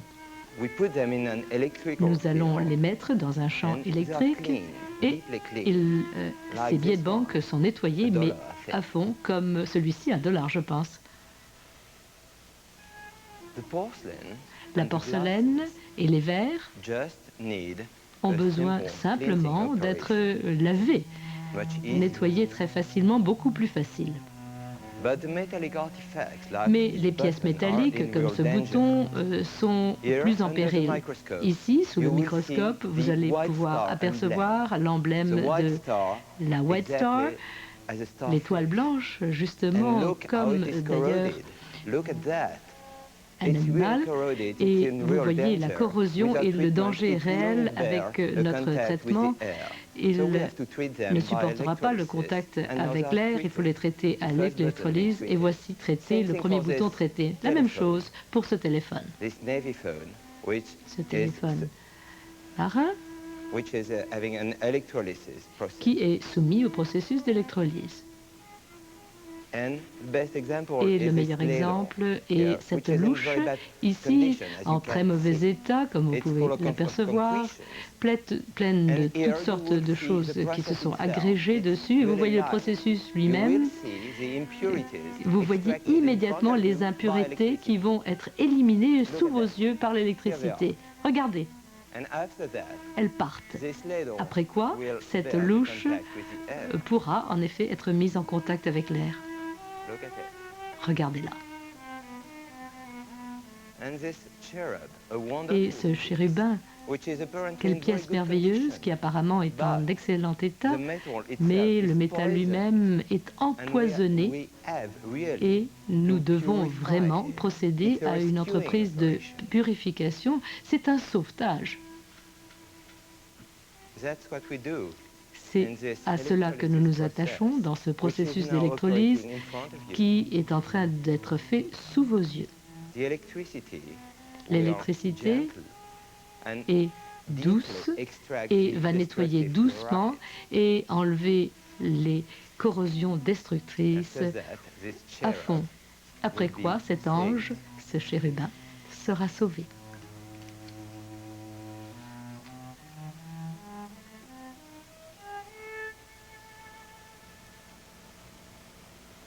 Good luck, little cherub. Bonne chance, Angelo. Well, that's just great, Jacques. Congratulations. The work. Félicitations, Monsieur Montluçon. Voilà un excellent travail. The ladle there. Vous voyez la louche? Does look like a new piece of merchandise. On dirait qu'elle sort du magasin où on l'a achetée. Let's see. What other artifacts do we have here? Quel autre objet avons-nous ici? Oh, the bell. La cloche. You know, the way I think, that could have been the bell that C'est sounded the peut-être alarm la for cloche the crew qui and a the sonné passengers l'alarme aboard the Titanic, but I- pour l'évacuation du passager Telegraph. et de l'équipage. There we go. And I understand that this Le was télégraphe. recovered, and it was on the go button, the telegraph. That's Il fascinating. était encore sur avant toute. This ship's telephone Le téléphone, to convey Captain Smith's last order to his officers. qui a sans doute transmis les derniers ordres du capitaine Smith à son équipage. You know, among our black tie audience here in Paris tonight, Et devant ce public ce soir à Paris, nous avons la grande chance d'avoir avec nous 4 experts de réputation mondiale. Sabine Bourget, Sabine Bourget, pour les monnaies, currency. Yasha pour le papier monnaie, Bereziner. Yasha Bereziner, In jewelry, Véronique Maharov bijoux, and Max. Véronique Maharop et Max Pellegrin. Among the items we've retrieved, two of Et those parmi les articles qui ont été ramenés, 2 présentent un intérêt particulier. Tout d'abord, le coffre du commissaire de bord et une mallette. Nous allons ouvrir les deux en direct ce soir. Restez à l'écoute et nous verrons ce qu'ils contiennent.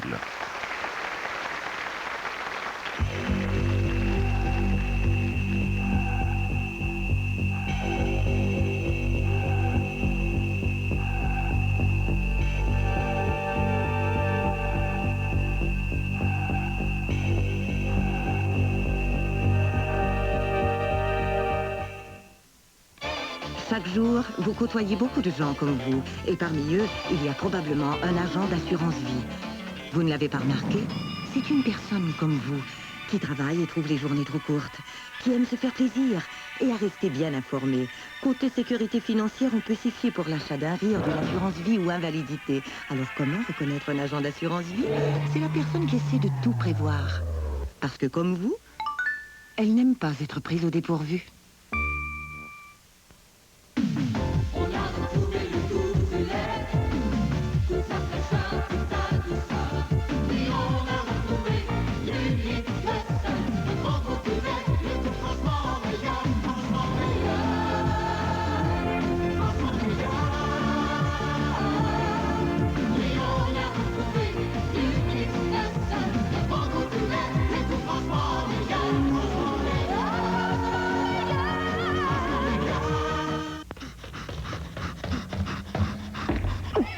Si t'es fatigué et t'as besoin de calme, écoute donc Radio Cité. Radio Cité FM 107 pour l'amour de la musique.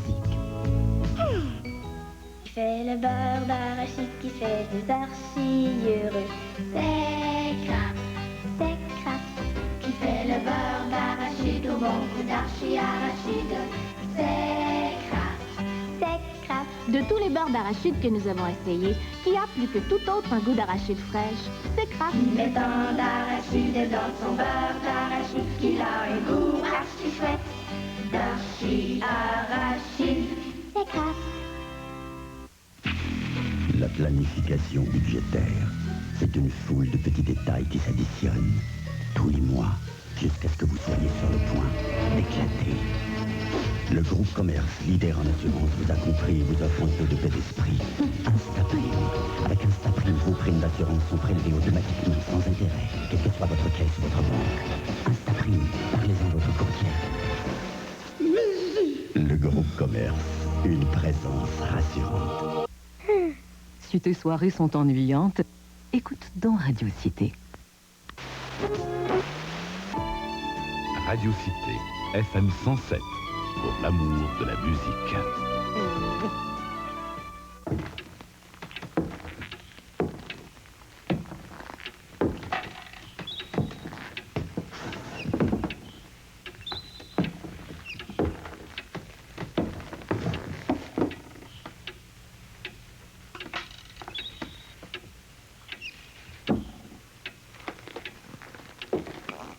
Le pain blanc, le vrai pain au lait et le nouveau multifibre de Gué-Luron. Qui a dit que la gourmandise n'avait pas bon goût?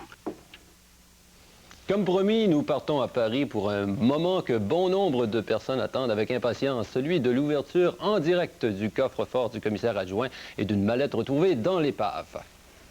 Et dans ce coffre, dont les contenus ont été traités par des experts, contenu que nous allons maintenant découvrir avec vous.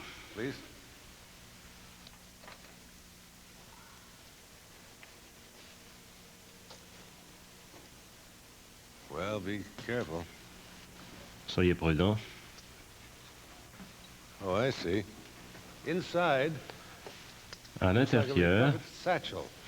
la mallette That in itself is almost a miracle. Here we go, be qui est careful. revenue à la surface, ce qui est pratiquement un miracle. Now, how a satchel leather at that could survive the Une mallette pressure de at the bottom cuir for qui so a long? survécu à la pression des grands fonds pendant Okay, well, I 75 guess ans. we Get on with it. The time has come. Le moment est venu d'en découvrir le contenu.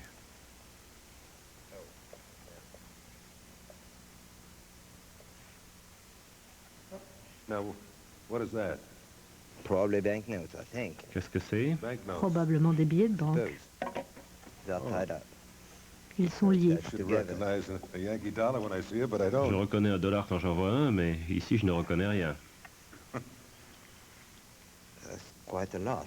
Il y en a beaucoup. Oh, other paper, probably. Encore du papier. Good idea. Non, Hey, une- perhaps who's une going to handle grande- the cash? Une grande tout de suite, par derrière. All right, great. You look at those and inspect them, and I'll be back, and we'll get your Gardez-les bien, je vais revenir. for more paper money. Y a-t-il encore de l'argent? Yeah.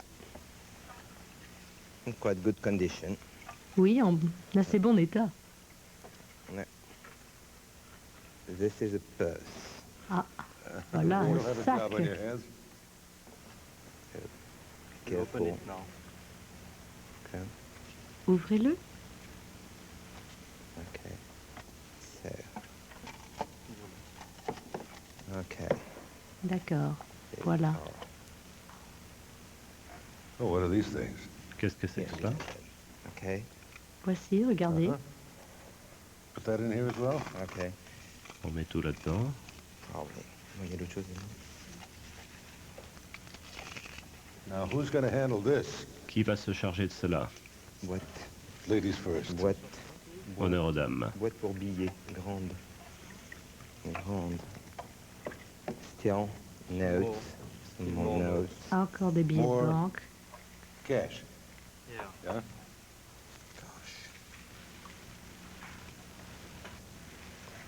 What have we got there, Jacques? Give me a small box. Donnez-moi une petite boîte pour celui-ci. Probably. Let's see the Tie camera pin. see that. Four ties? Yeah. Une épingle à cravate. Une grande. And that's the lid of a box with initials. Et voilà, une boîte avec des initiales. No, it's I open. think Elle absolutely est ouverte. We got initials there. Yeah.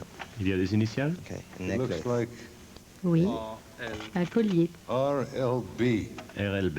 Let me bring these things over here. J'ai encore Now besoin de you look papier. at the cash right there. Tu peux faire un truc. Do you want to be looking at this? Voulez-vous examiner See ceci? what's in there. Voir ce que cela contient? RLB. Une grande box. RLB. Okay. This as well. Purse. Small box, please. Une petite boîte maintenant, s'il vous plaît. So you're taking it out of there, are you? Yeah. Yeah.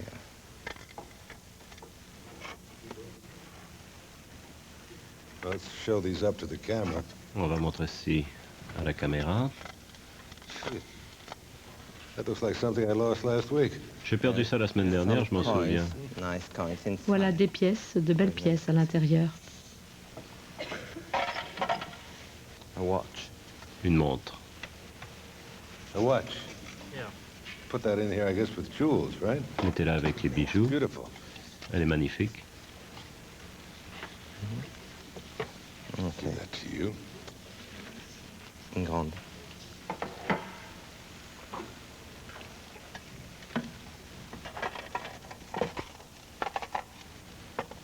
Bien sûr, du coffre des tas de choses. Here again.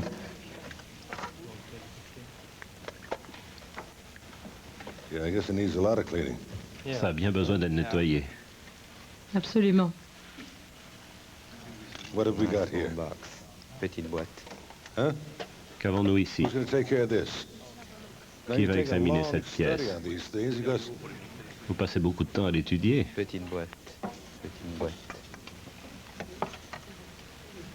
as you pull these things out, Jacques, Yeah.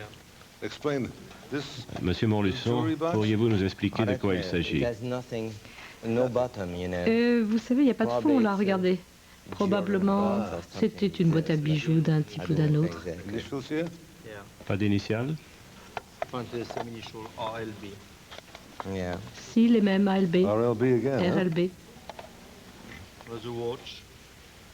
Put that in here, I Voici une guess. montre. Yeah.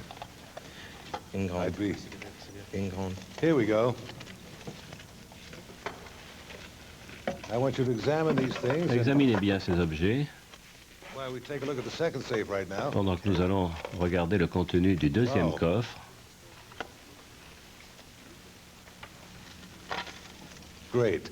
And let's see what the Voyons donc maintenant recover safe inside might contain. Would you open this one, please? ce que contient ce deuxième coffre. Jacques. Monsieur Montluçon, No, this is the actual assistant purser safe c'est donc from the Titanic. le which was coffre restored du by commissaire the adjoint du Titanic qui a Almost été impossible to believe that it restauré par still EDF. exists. And that's it. Il est presque impossible de croire que le contenu de ce coffre Here existe with us encore, tonight in Paris. mais pourtant il est là devant nous ce soir à Paris.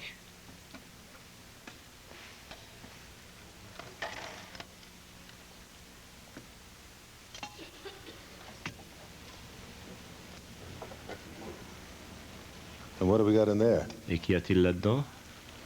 Looks like a bunch of coins, huh? Yeah. On dirait une bourse pleine de monnaie. All right, I'll take.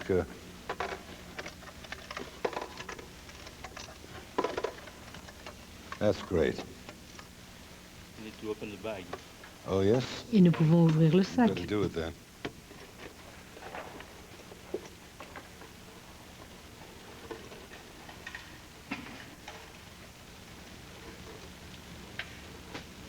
Well, 75 years ago, somebody made a. Il y a 75 ans, quelqu'un avait fait un nœud bien serré.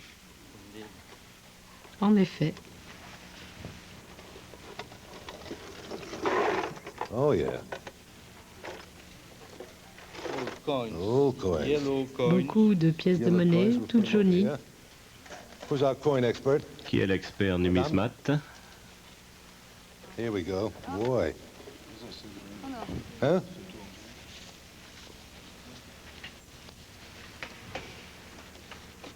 Now, where's that thing that had the initials on it?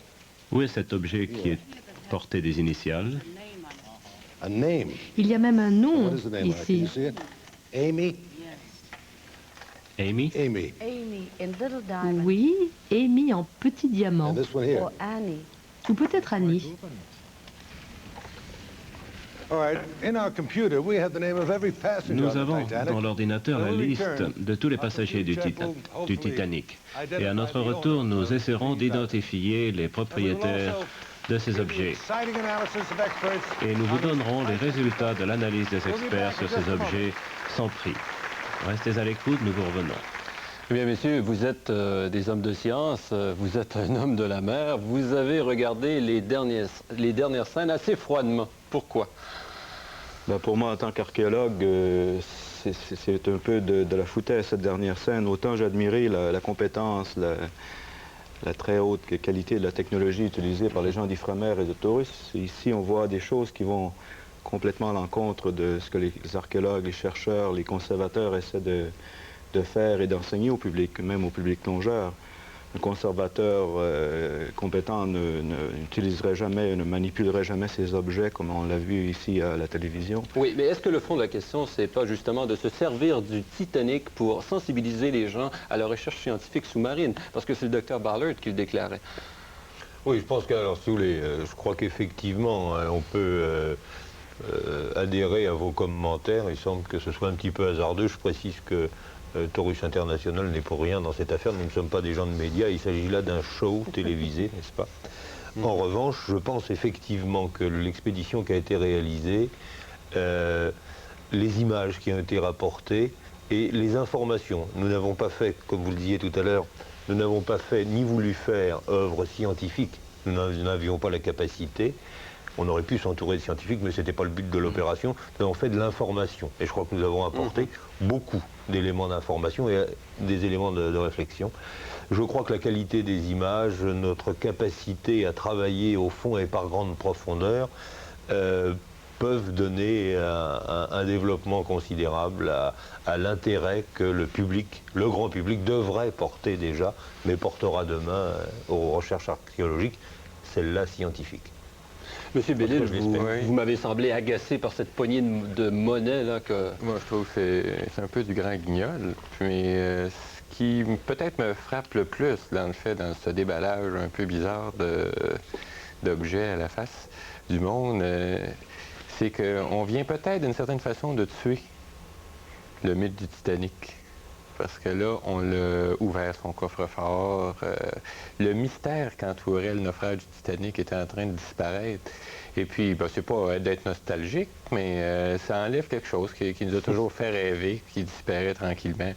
Quant à la valeur scientifique des objets qu'on trouve là, moi j'ai l'impression que c'est une poignée de 30 sous. Je veux bien peut-être avoir un grand numismate, mais je vois pas ce que ça va apporter. À part le fait que si vous avez une pièce de monnaie qui vient du Titanic, c'est évident que... elle a toute une connotation qui ne serait pas la même, parce que la même, vous allez probablement en trouver des tonnes en Angleterre identiques, mais... justement, c'est le temps peut-être de parler de certains objets qui ont appartenu à des gens du Québec.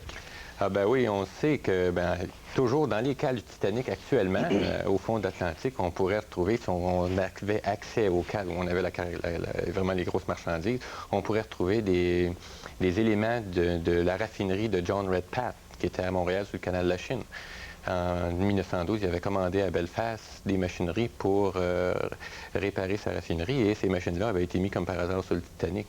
On a aussi des choses qui pourraient appartenir à des personnages importants de Montréal de l'époque. On sait que Harry Markland Molson, l'arrière-petit-fils de John Molson, le fondateur de la brasserie très célèbre, on ne fait pas de publicité, mais était à bord du Titanic et il est mort là. Un autre aussi qui est plus ou moins connu, mais qui est connu par ses œuvres, c'est qui n'a pas vu la statue de Champlain sur la terrasse du Franc à Québec? Bien, le sculpteur qui a fait cette œuvre, Paul Chevré, était à bord du Titanic. Mais lui, il a été plus chanceux que M. Molson. Il a réussi à embarquer dans le canot numéro 7.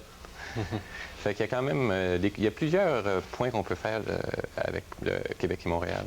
En terminant, un bilan de cette expédition. Qu'est-ce qu'on sait sur le Titanic qu'on ne savait pas avant et qu'est-ce que tout ça a apporté? Pour moi, je connais quelques détails supplémentaires. Je crois que, comme archéologue, je vois un défi extraordinaire que nous pose cette expédition d'Ifremer, c'est-à-dire celui des nouvelles frontières en archéologie subaquatique dans les grandes profondeurs, d'essayer de déceler dans le fond des mers ces vestiges de certaines sociétés maritimes qui nous ont échappé jusqu'ici et qui sont maintenant à la portée des chercheurs grâce à cette technologie extraordinaire que nous a montée Ifremer et Taurus. Au-delà, si vous voulez, il reste que des études, nous avons fait bien entendu, immédiatement, il y a eu des prélèvements d'eau à cette profondeur qui ont été faits sur ce site, des prélèvements de sédiments, bien entendu, et tout ça va être analysé, mais enfin, ça ne va certainement pas bouleverser la science de demain, hein, c'est clair, mais ça a été fait cependant. En revanche, ce qui est intéressant, c'est que nous avons fait des prélèvements de la rouille et nous ramenons des morceaux de fer, de métaux, pardon, corrodés, très fortement corrodés, et ça, c'est intéressant du point de vue technologique, car c'est la première fois que l'on remonte des objets qui ont séjourné si longtemps, si profondément sous l'eau dans la mer. M. Bellil? Ben, moi, je pense que l'aspect probablement le plus positif, premièrement, j'abonde dans dans le sens que Robert vient de mentionner tout à l'heure pour la recherche archéologique, mais il y a un autre aspect aussi, c'est le fait qu'on ait fait autant de publicité sur un navire. Je pense que ça rejaillit un peu sur les autres projets de recherche. Moi, en tout cas, je le sais, j'en dirige une fouille, puis beaucoup de personnes viennent nous voir après, puis ils peuvent nous donner des informations. Ça valorise en fait notre travail. Merci beaucoup. Voilà, mesdames, messieurs, c'est là-dessus que se termine notre émission. On suivra dans quelques instants l'édition du magazine. Au programme, entre autres, un dossier sur les grandes catastrophes maritimes dans le Saint-Laurent. Merci. Merci plutôt d'avoir... Jeep a conçu le Cherokee pour qu'il vous offre plus que tous les autres véhicules de sa catégorie, comme le choix de 2 ou 4 portes, la place pour 5 adultes. Et maintenant, le Cherokee peut vous être livré avec l'option d'un moteur à 6 cylindres de 4 litres qui a plus de puissance, beaucoup plus de puissance que tous les autres moteurs de sa classe. Mais le plus grand avantage du Cherokee ne se mesure pas en chiffres. Le Cherokee, c'est tout un Jeep.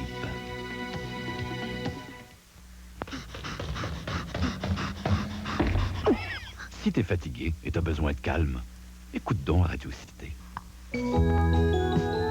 Radio Cité FM 107 pour l'amour de la musique. Est-ce que tu le fais toujours comme ça? Ouais, à cause du fromage. Ah oui? Je fais ça à chaque fois que je mange du spaghetti, du macaroni ou des linguini. C'est des affaires que j'aime. Peut-être que tu aimes les pâtes? Non, c'est le fromage qui aime. Pas dit qu'il va changer en loup s'il n'en a pas. Le fromage, une bonne source de calcium, si bon sur les pâtes ou les légumes. On n'en a jamais assez. Du fromage, s'il vous plaît.